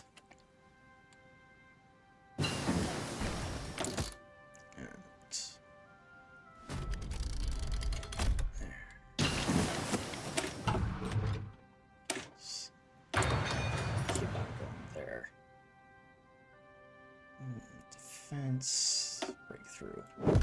Yeah, that'll do. rua! Away from this hill.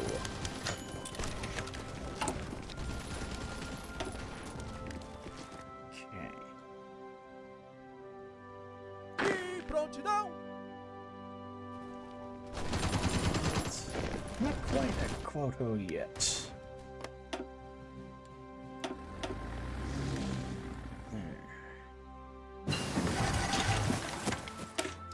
Caliber.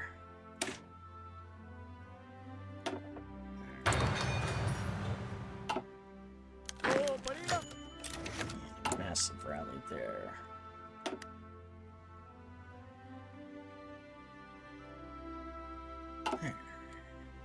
Em prontidão! What else can we do?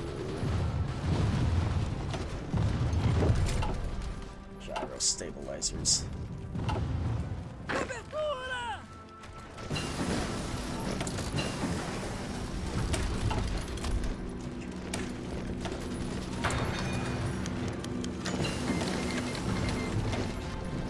Ah, shit.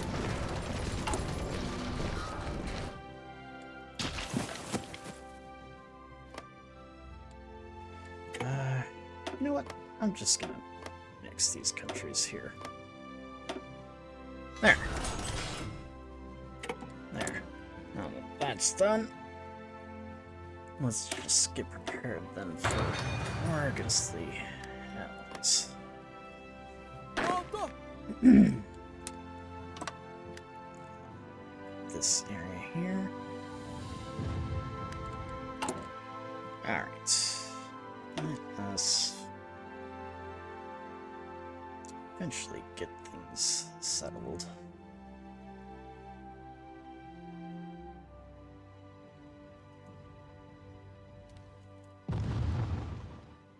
Okay.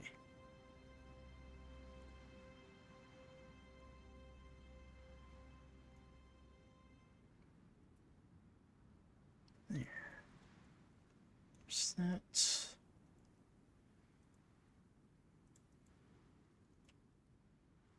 Hmm.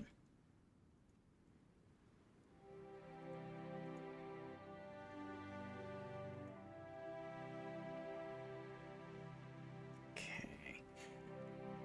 That's done. Want to make sure all these territories are connected. Okay. There.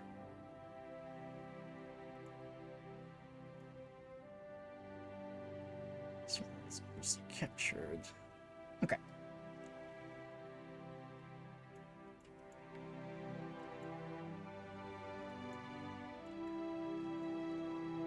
There.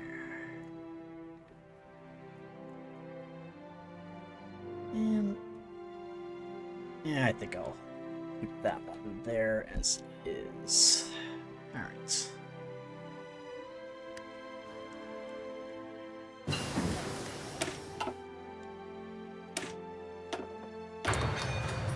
Alright.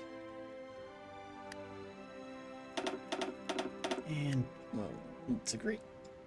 What's left? South America here. And then we will begin to push our way north.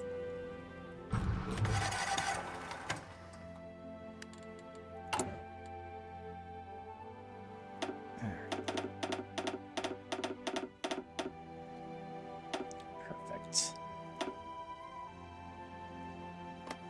There's that.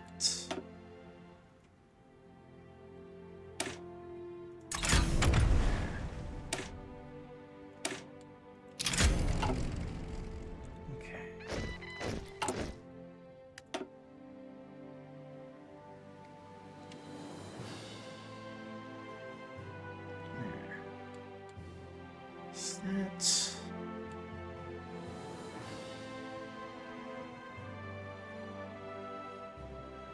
Okay. And why can I not? There we go.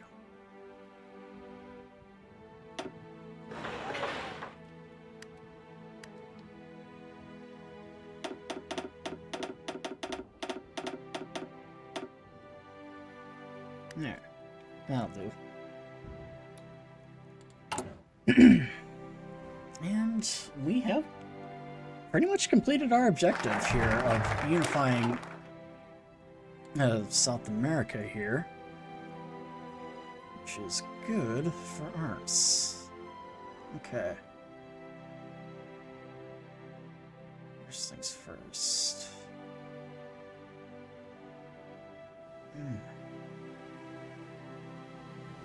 Let's actually do this one. Simply producing and maintaining ships is not enough to constitute a navy. You require officers and specialists who are highly trained in how to utilize naval assets in battle. Therefore, we shall establish sole Americano Naval Academy for the next generation of naval officers. Alright.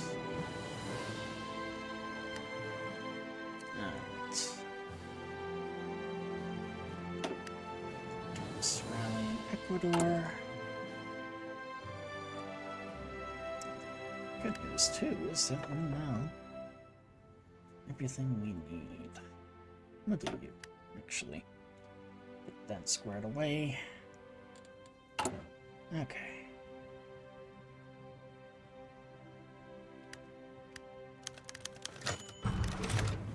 It's done, and we'll keep on this way then too.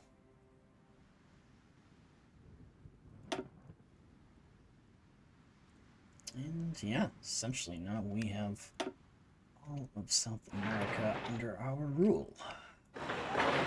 So just make sure everything is all hunky-dory. Especially now that we have plenty of oil to export since Venezuela is under our command. Actually just gonna get everything squared away there, so that we can get that all done. And honestly, I think we will be good to go then. But yeah, I'm thinking I'm probably gonna wrap things up here then. I've been playing for almost 4 hours, and honestly, my eyes are kind of bugging me, and I'm pretty sure that my boys are wanting to get some lunch here. But fear not, I will be picking up with this game here in probably next Saturday, actually, because I do kind of want to keep going, because I think we'll be able to get this done in 2 parts, given the fact that everything's been going on. And before we go, let's actually take one quick look around the world here, see what's going on. So South Africa, it seems, is on its last legs, given how Italy is just steamrolling everything. Although in the northern half, it seems like the Allies are doing a fairly decent job. They're kind of holding the line there and making some advances. Although with Turkey now in the Allied cause, it looks like the Germans are pulling troops from the Eastern Front to attack there. They have captured Istanbul, so that's interesting. In the east, we have what's left of the Chinese front in Xinjiang trying to hold the line, and Japan's making an attack in India centered around Calcutta. And Australia's still holding the line. But it'll remain to be seen. But yeah, next week Saturday we'll be picking up where I will be joining the Axis and officially launch the Second World War. So now there are 2 American nations in the Western Hemisphere, us and the United States. And since we have the entirety of South America under our control, I think we have a fairly good chance to actually take on the US of A, which will be our main antagonist here. But yeah, we have about half the industry as them, but given the fact that they are currently fighting over in Europe, Africa, and the Pacific, we should be able to take them out, I think, by opening up a 3rd front on them. But yeah, in that case, let me just see who is all still No one in life? Yeah, I think I know exactly who we are going to raid. We are going to be raiding a Sir Jason Gaines. I see that he is still going live right now, and he looks like he's playing some Fallout 4, so we will pick up with some of that. So until next time, my friends, my next stream will be obviously on Monday, 7 p.m. Central Standard Time. I'll be playing Dragon Ball Xenoverse 2. So until next time, my friends, this is the Blue Badger signing off for now, and I'll see you guys next time.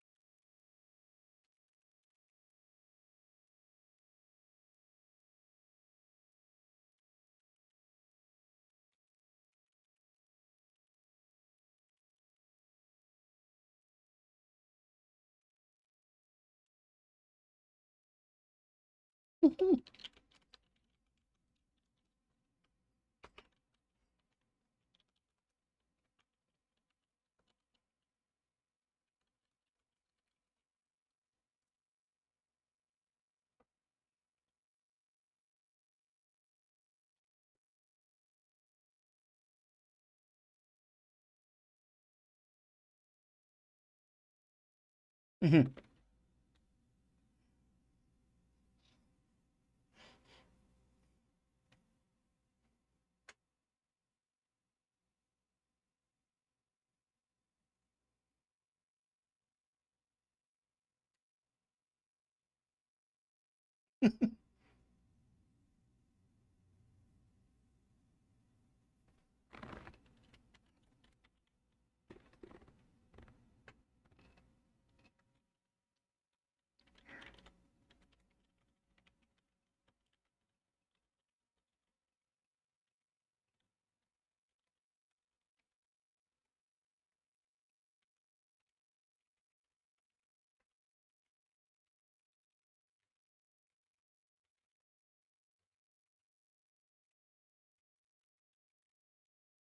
Mhm.